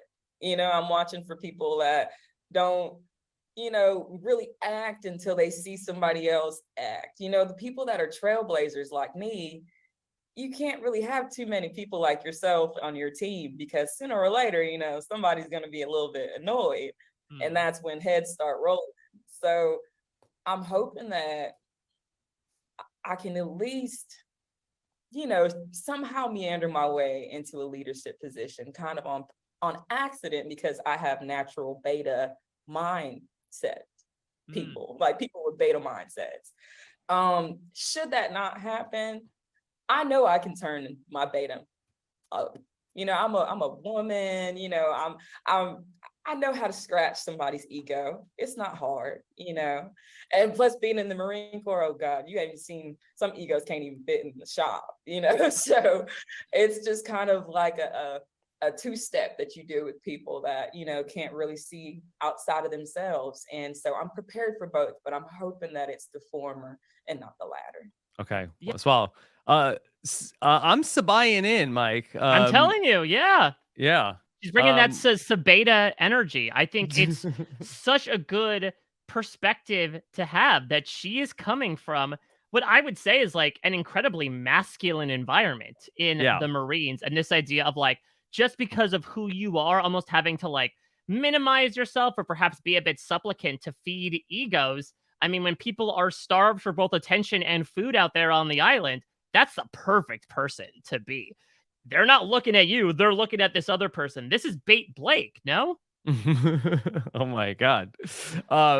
Yeah, I'm just feeling like this is just going to be a cakewalk for her after the boot camp and everything. So yeah, I'm feeling really good. And I feel like that there's such a vacuum of leadership in these tribes in the new era. And so if she wants to step up and be the leader, everybody else is going to be, please. Either that please take it. Yeah, if she's not the leader, she wants to sort of be like the consigliere, it seems. Like the person that's like feeding the ego of leader, almost like what Todd and Amanda were doing to Aaron in Survivor China. Of like, great, you take all that target stuff, I'll be the one actually making the decisions behind the scenes. Yeah, well, I haven't seen the person yet in this tribe that is going to be stepping up to become the leader before Sabaya, so I think that it's hers if she wants it. Totally agree. Okay, all right, back to Sabaya. Yeah, so when it comes to, as you mentioned before, sort of sizing people up right now, I mean, I know you can't exchange words, but like, are there specific people that you're eyeballing right now due to their behaviors or the way they come across? Describe to me some of these people that you might be saying like, either, yes, if we pick up the same buff, I am good to go, or you're a giant red flag. Like, I'm voting you out as soon as I can. Describe those people to me, because I'm sure you're making judgments about them. Oh, yeah. Oh my goodness. From day one, I've just been like, okay, well, hope they're with me. I would say definitely the tall Asian, I think he's like Asian and white guy. He looks like Tarzan, really beefy guy. You'd know him if you saw him. The Johnny Tsunami type. Muscles on my team. So I'm hoping he's on my team. He seems like he has a really positive attitude. He seems like he's really kind of like more so like a gentle giant. So that could work, you know, maybe he needs somebody to help him make those decisions. And I'm happy to listen to you and happy to pitch in, you know. That's really, no, I will say the other guy with the afro, now he's a little bit quirky and you can tell that he's very passionate and a little bit charismatic, you know. He has the whole, you know, dancing all the time, you know. He doesn't have any music playing, but you can tell that his heartbeat is his instrument, you know. And you got to have somebody in your alliance that keeps you laughing. I know, like when we were in boot camp and stuff like that, or just on deployments and stuff, you got to have somebody that's just carrying the morale. So I feel like that could be really good for an alliance, having somebody that has that sense of optimism in the worst case scenario. Sometimes you need that when your back is against the wall and everybody's got an idol but you. It's like, oh man, this sucks. And he's like, no, if you just turn it this way, we might be able to scoot on out of here, and I need that. So I feel like those two, if we end up on the same beach, we might see what's going on. Yeah, we might have some works. Yeah. So let me give you a scenario. Let's say maybe you're on a beach, maybe with these people. You're in your tribe pre-merge. A boat comes to the beach. Person gets out and they say, as a tribe, you got to pick one person to go on a journey. And this can come with good things. This can come with bad things. You've seen previous seasons. What's your tactic here? Are you stepping up to volunteer? Or are you trying to will someone else to go? What are you using to approach this scenario? Anybody but me. I'm gonna treat that with the Sandra motto. Anybody but me, because I understand that this is a game of give and take, and right off the jump, I don't got much to give, But I know they could take my vote. For however many tribal councils, Lord of mercy, they might take it till the merge. We never know. And I need my vote. Voting is the only currency you got in this game besides just general likability. So yeah, we're gonna have to fix the sticks or whatever the girl did, fix the rocks or what. I'm gonna be the one passing out the sticks. You're gonna see that much. I'm not gonna allow myself to get got. And I hope that I have people that are kind of Yeah. So far we are 5 out of 6 tribe members so far say they don't want to go on that first journey. Somebody's gonna have to go. And really, what Lauren ended up doing in season 44. Please, Rob, her name is that girl. Yes. That she really, I think, carved out probably her most memorable thing is that she cooked the rock draw to go and end up being the person to get an advantage. Yeah, not to spoil, maybe not even this season's interviews, but perhaps a future season's interviews. Lauren's systematic rigged rock draw is very much at the top of mind of these Survivor contestants. So interesting. It's such a minor thing at the time, and I didn't even really remember it until there started to be some talk about okay, Lauren is at the final 5. What did she and that was one of her big resume things. But yeah, this is very much stuck in the mind of future players.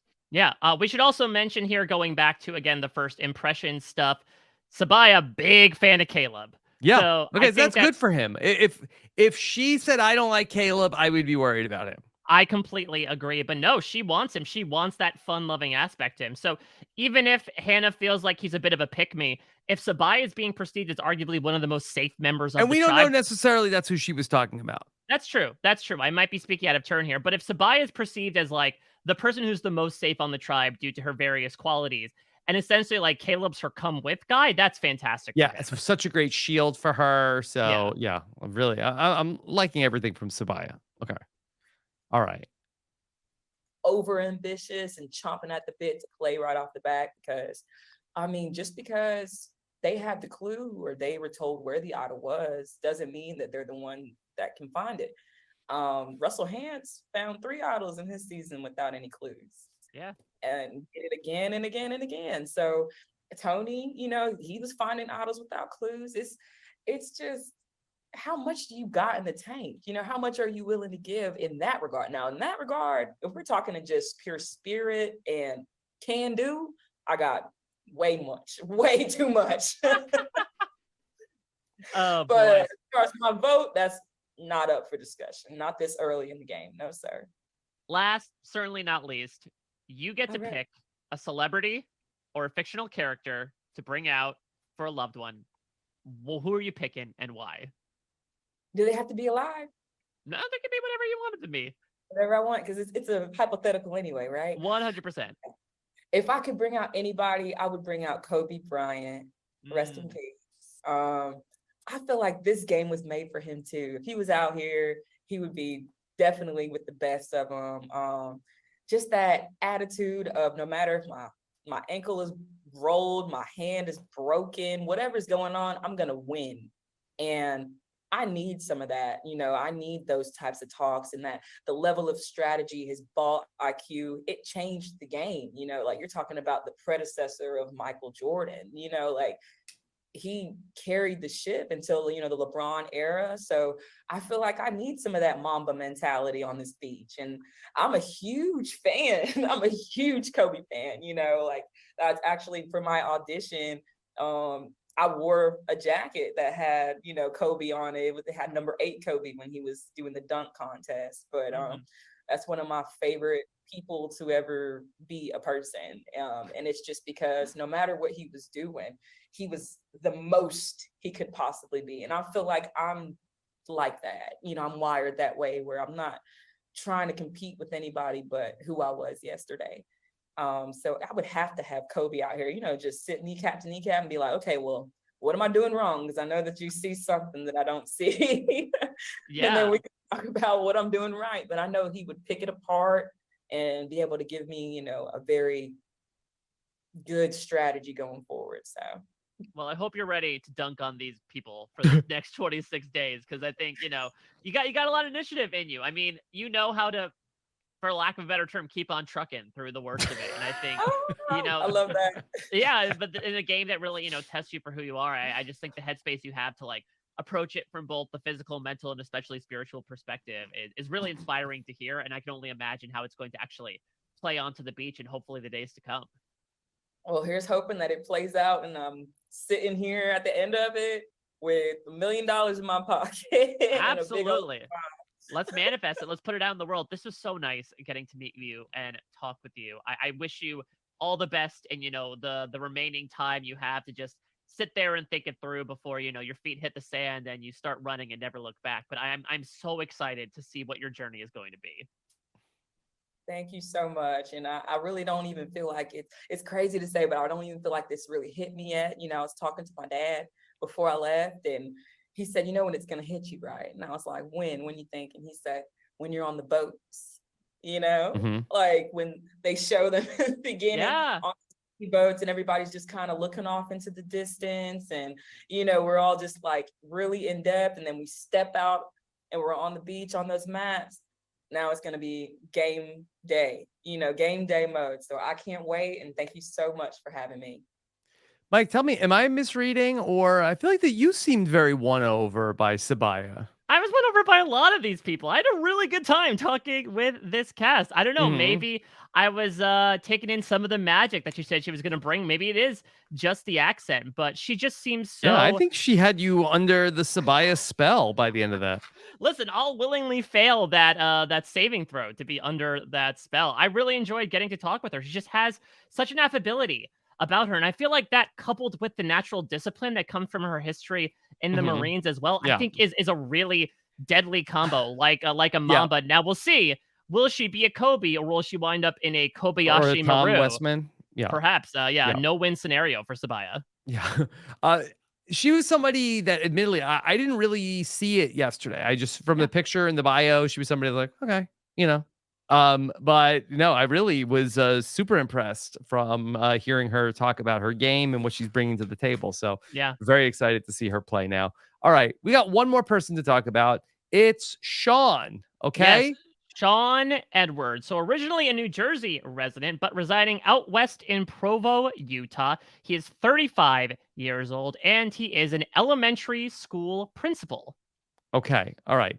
So let's bring in the conversation here with Sean. And here we go. Last one.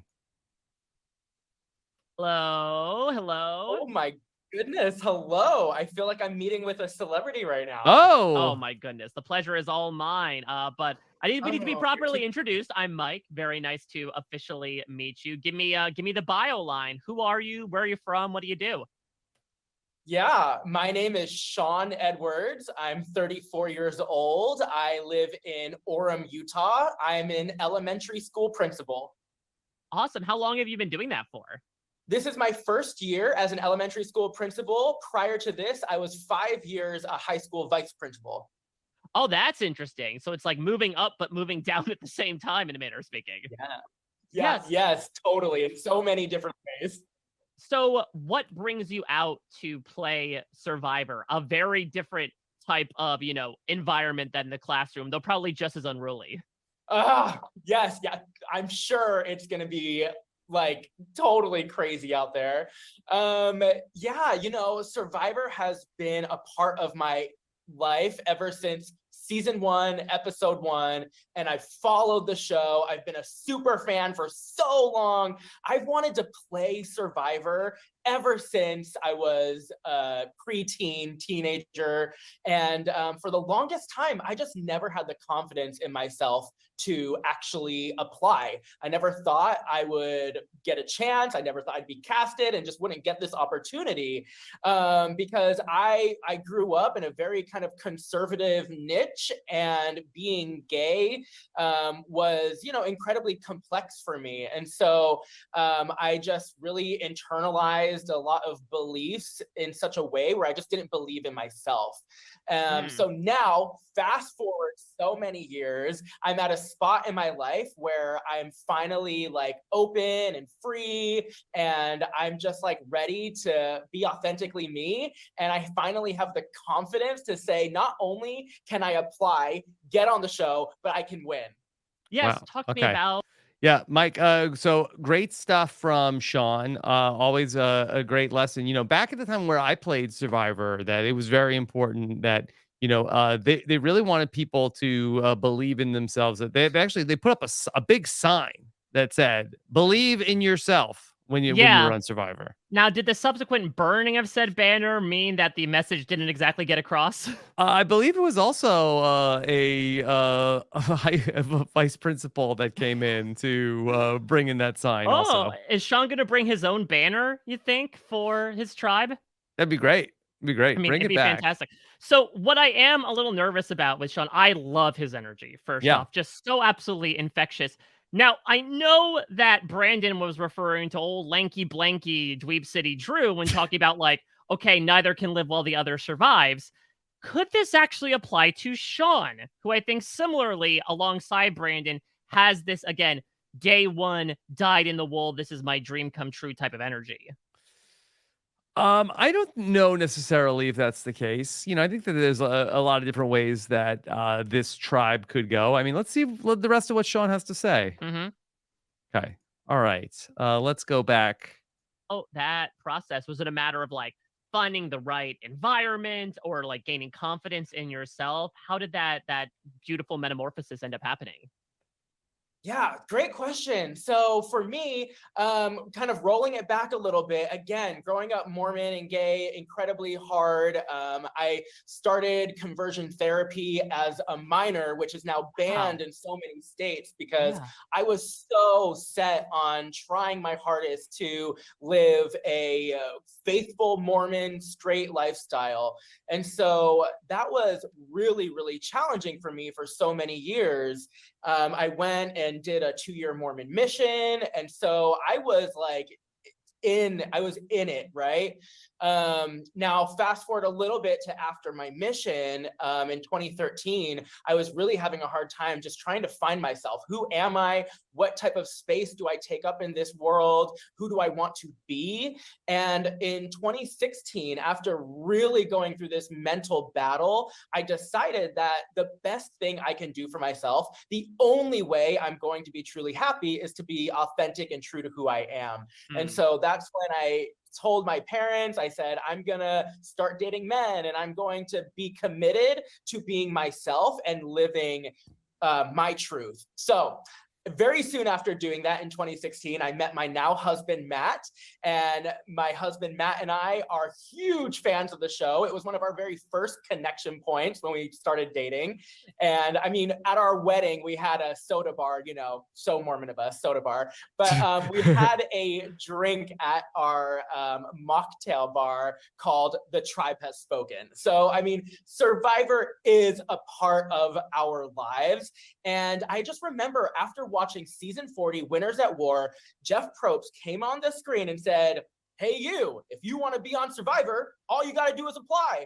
And that was my moment that was like my spark. I was like, I I'm finally at a place where I can do this. I have the support of my husband, of my family. I'm in a really good spot. This is a dream of mine. Let's do it. Yeah, so Follow. let's look back on the Yeah, Hell Mike, what do yeah, you think's in a Sean. tribe is spoken mocktail? Oh boy, something that'll be lights out for you, much like Mhm. Jeff's torch snuffer. I would imagine it's pretty, although it was a mocktail, so Yeah. I think nothing really knocks in it. Let me just say, hell yeah, Sean, absolutely. I don't know if I'm invoking, Mormon swears in saying that, but it's Heck clear, yeah. it's clear he had, or oh my heck yeah, I should Yeah. say, to quote another Mormon. Yeah, I mean, it's incredibly clear that he came from a very tough background, considering that there is a reason why conversion therapy is banned in many, many states nowadays. And again, let's compare this to somebody like Emily, who's like, I have a super stable life. It's a little boring. Let me try to do something new. Here's Sean, who's like, I just settled everything down in my life. Now let me do what I want to in Survivor. It's just what makes this experience so unique is like the different phases of life that people come into it with. Yeah, he's coming in with a lot of enthusiasm and excitement, and hopefully it's infectious. Okay, let's see more from Sean. The past to speak about your present. Give me one Survivor winner and one non-winner that you would say you compare yourself to the most. Ooh, I love this. Okay.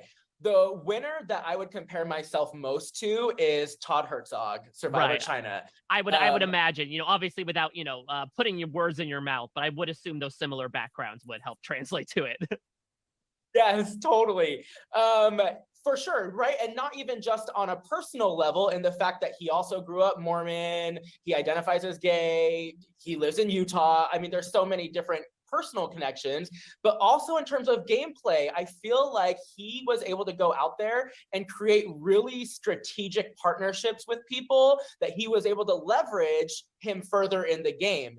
And when, someone no longer served his gameplay needs, he said, Frosty, goodbye, see ya.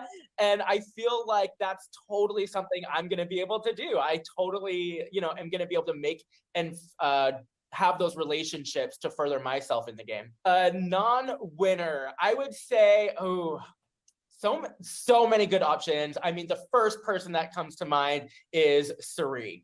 I love Sari. I know she's a fan favorite. I'm sure so many people tell you that all the time. Sari.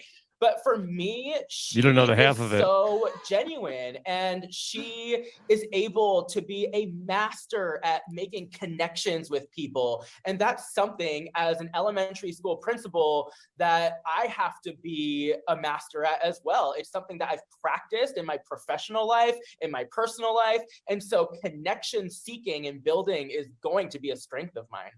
So you talk about being a super fan, so you obviously know practice hopefully makes perfect in the game of Survivor. Talk to me about your preparation. When you knew that this was going to become a reality, what have the past few months been in terms of getting ready for this moment? Yeah, a lot of preparation. I know it may not look like I've been going to the gym, but I promise I have been physically preparing for Survivor for sure. I mean, for me, it's been a lot of endurance training. So you'll catch me on that stair stepper for hours, just going, building that cardiovascular and respiratory endurance. I feel like that's definitely important. And then I've also been doing, lots of like mind puzzles, my husband and I found this like 3D puzzle that we like building and creating together. And so we've been doing a lot of not only physical, but also mental practice as well. How do you think people are going to perceive you in the game? Because you come from a position, right, where people are relying on you every day and certainly viewing you in a certain way. Does that translate over to the game, or do you think in this very different situation, people are going to view you differently? That is such a great question. I think people are going to view me differently than people that are familiar with me and people that know me in my everyday life. When people first meet me, they really think that I'm just here for a good time. I'm the life of the party. I, don't have any agenda. I'm just here to have fun. But really, and another thing people really think is they always assume that I'm younger than I really am. And so when people find out my age, what I do for a living, they're always shocked and surprised. And I think people are going to perceive me as someone who's a lot younger than I really am. And so hopefully, I'll be able to use that to my advantage.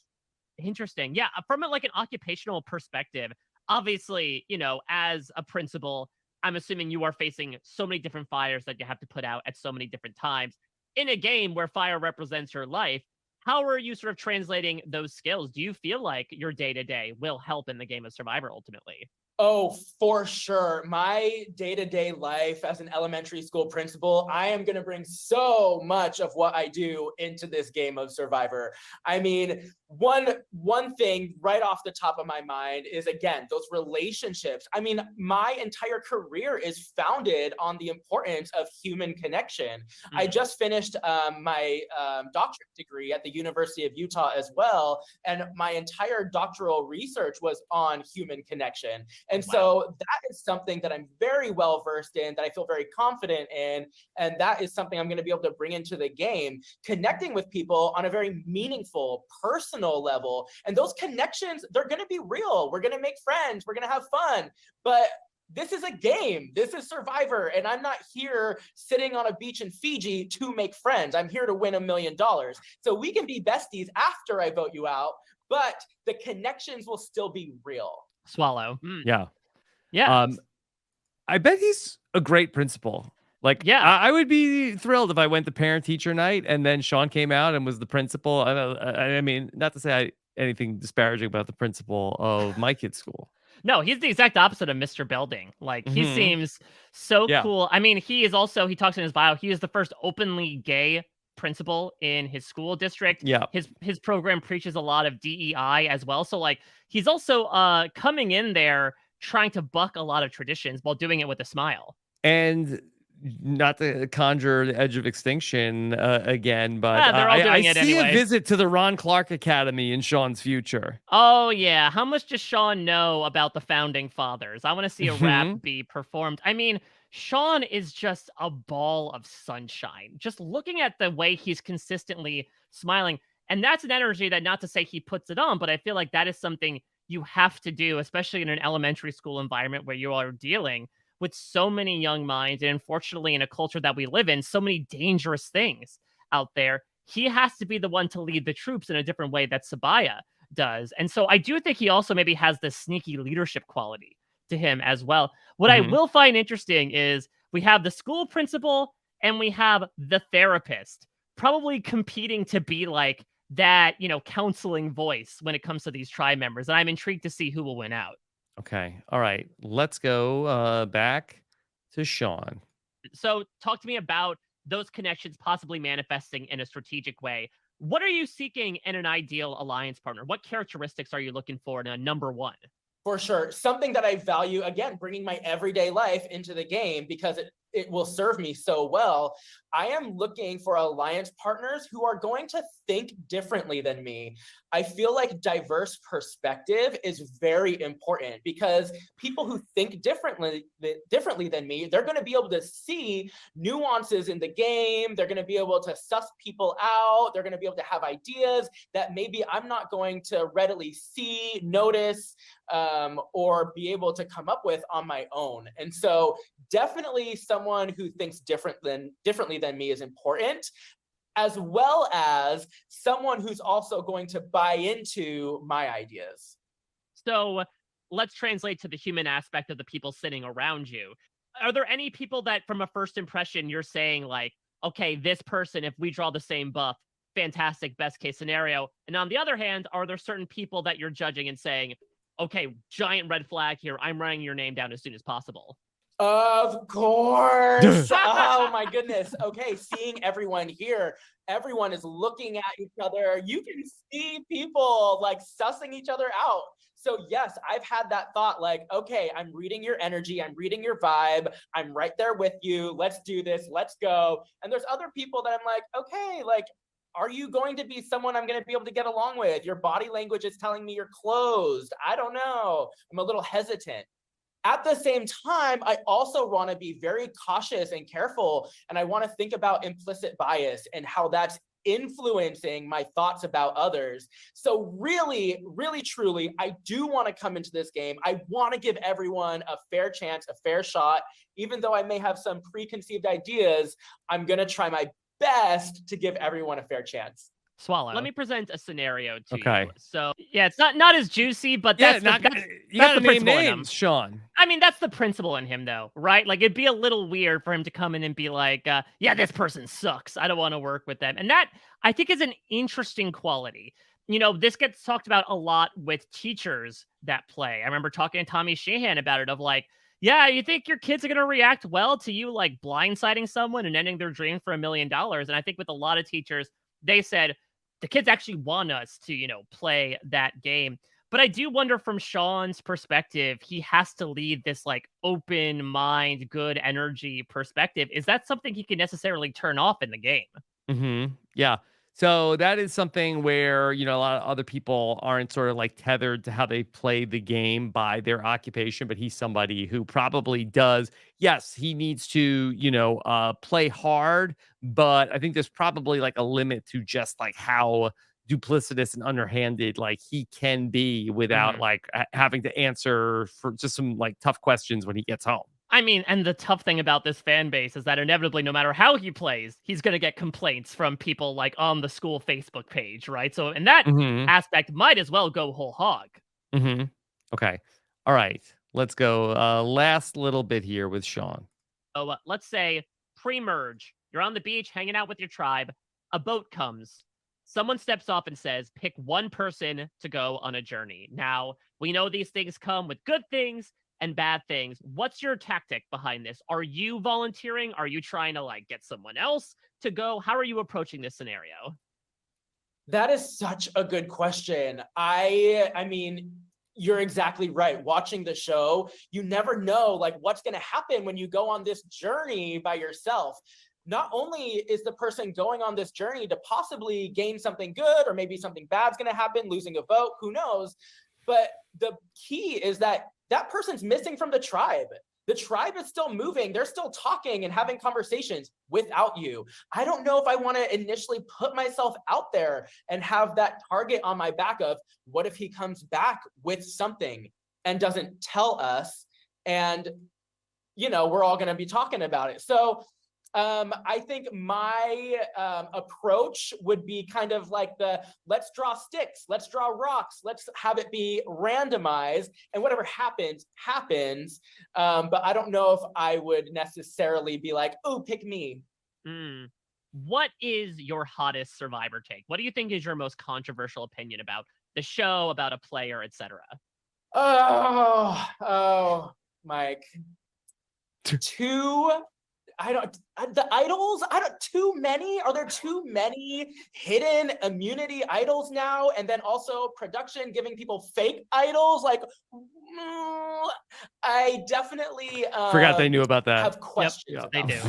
Yeah, so is that going to influence the way that you are approaching your own game, knowing that like if you find an idol in the jungle, there's still a chance that it might not even be real? Yes, 100%. I'm like already thinking, if I find something, how do I even verify the validity of whatever it is I find? The only way is to be like, Jeff, I think maybe tell me at tribal council. So I'm definitely going to be having questions about anything and everything that I find out there. All right, last but certainly not least, you know how I'm going to finish off these interviews. Give me a celebrity or a fictional character that you would bring out for a loved one's visit. Oh, okay. 1000% Keke Palmer. Oh. I love Keke Palmer. And when she revealed herself a few years back as a Survivor fan, I was like, yes, Keke, okay. And I honestly, like truly thinking about it, I mean, Keke has such a great magnetic energy about her. I would love to bring her out as my loved one and pick her brain and be like, hey, put yourself in my shoes. How would you play this game? What would you do next? Because Keke, as a social human, as someone with this positive energy that she just radiates, I mean, I feel like she could win the game. So that's my choice. Perfect. I hope she's not listening to this saying like, I don't know who this man is. Sorry to this man. She'll get to know you soon though, considering he called her out. I don't know this man. Okay. All right. Boy, you really tickled Sean there at the end. I mean, Yeah. Kiki Palmer, possibly Rob, when you and I inevitably do a brain steal of all the celebrity Survivor fans to play in a fictional season, Kiki Palmer might be a chalk pick to win. What about Kiki Palmer and LC for Blood versus Water? Oh, that's a good one as well. As long as Kiki Palmer's loved one isn't Usher, I think we should be okay. Okay. All right, Mike. Oh my God. We did it. We did it. 6 people down, 1 tribe. Now, this is really interesting. I want to talk through actually a few minute details before we get into like reviewing this tribe overall, just because there were a few elements from the bios that I want to highlight, some personal details that I wouldn't be surprised ends up popping up in their, packages that we're inevitably going to get. Kaleb was asked, who in your life is your biggest inspiration and why? He said, my dad, who never graduated high school and was in jail for 5 years, 1.5 in Ethiopia, 3.5 in Somalia. It has a degree from Russia, along with his nursing degree. My parents have sacrificed a lot for their kids to have opportunities to do better and experience more, which pushes me every day. Sabaya also has an interesting story about her dad. She says her biggest inspiration in life is her parents. Her dad is an immigrant from Jamaica, born into poverty, and now teaches engineering and has 3 degrees. My mom raised 5 kids and battled isolation from her own family at times. She never gives up and never accepts the minimum effort. And finally, going back to the guy we just talked about with Sean, also biggest inspiration in life, his oldest sister, Elaine, has autism. She's nonverbal, aggressive, and self-injurious, and cannot live independently. Although she faces more challenges every day than most other people, she smiles, laughs, and gets through it. I hope to one day have an ounce of her bravery. So even outside of the interviews, I talked about some really interesting personal details about these people. But let's break down, again, should these 6 people share the same beach, how this will break down. Because, I don't know, Rob, like, I'm not seeing any huge, this person won't fit in energy from any one of these 6, but inevitably, because, again, I don't prognosticate a huge amount of challenge prowess for them. I think Sabaya and Kaleb will be their 2 strongest performers. I think they're going to be visiting Tribal at least a couple times. Yeah, and so I feel like that Sabaya and Kaleb, like I feel like that's going to be maybe like at the core, and then I think it's going to come down to like who vibes with them. I feel good about Brandon being able to get along with whoever is in power. And then I think that those are the 3 that I think are going to stick together, and then I think it's going to be a question of between Emily and Hannah and Sean, maybe who's not fitting in. And as high as I was about Emily, I'm a little worried about her. Everybody else here is like positive vibes, high energy. She is the one person who is not that. And so while maybe that might be like opposites attract, that maybe like that will be something that, they will look at her as, okay, that's a different skill set than what we already have. I'm a little worried about her. I could see maybe where if Hannah doesn't vibe with like the core of the group, potentially she's a person, or if Sean is somebody who, there's like a, back and forth with Sabaya over the leadership role. Yeah, I don't know. I think that I agree. I think we possibly have like a 3-2-1 happening. Speaking of Saria, the numerous times we did, where I again could see a Brandon, Emily, Hannah trio. Brandon and Hannah both want to work with Emily. Emily's very upfront about like, I want people who are authentically themselves and are most like me. And I feel like from a personality perspective, those 3 just attract to each other.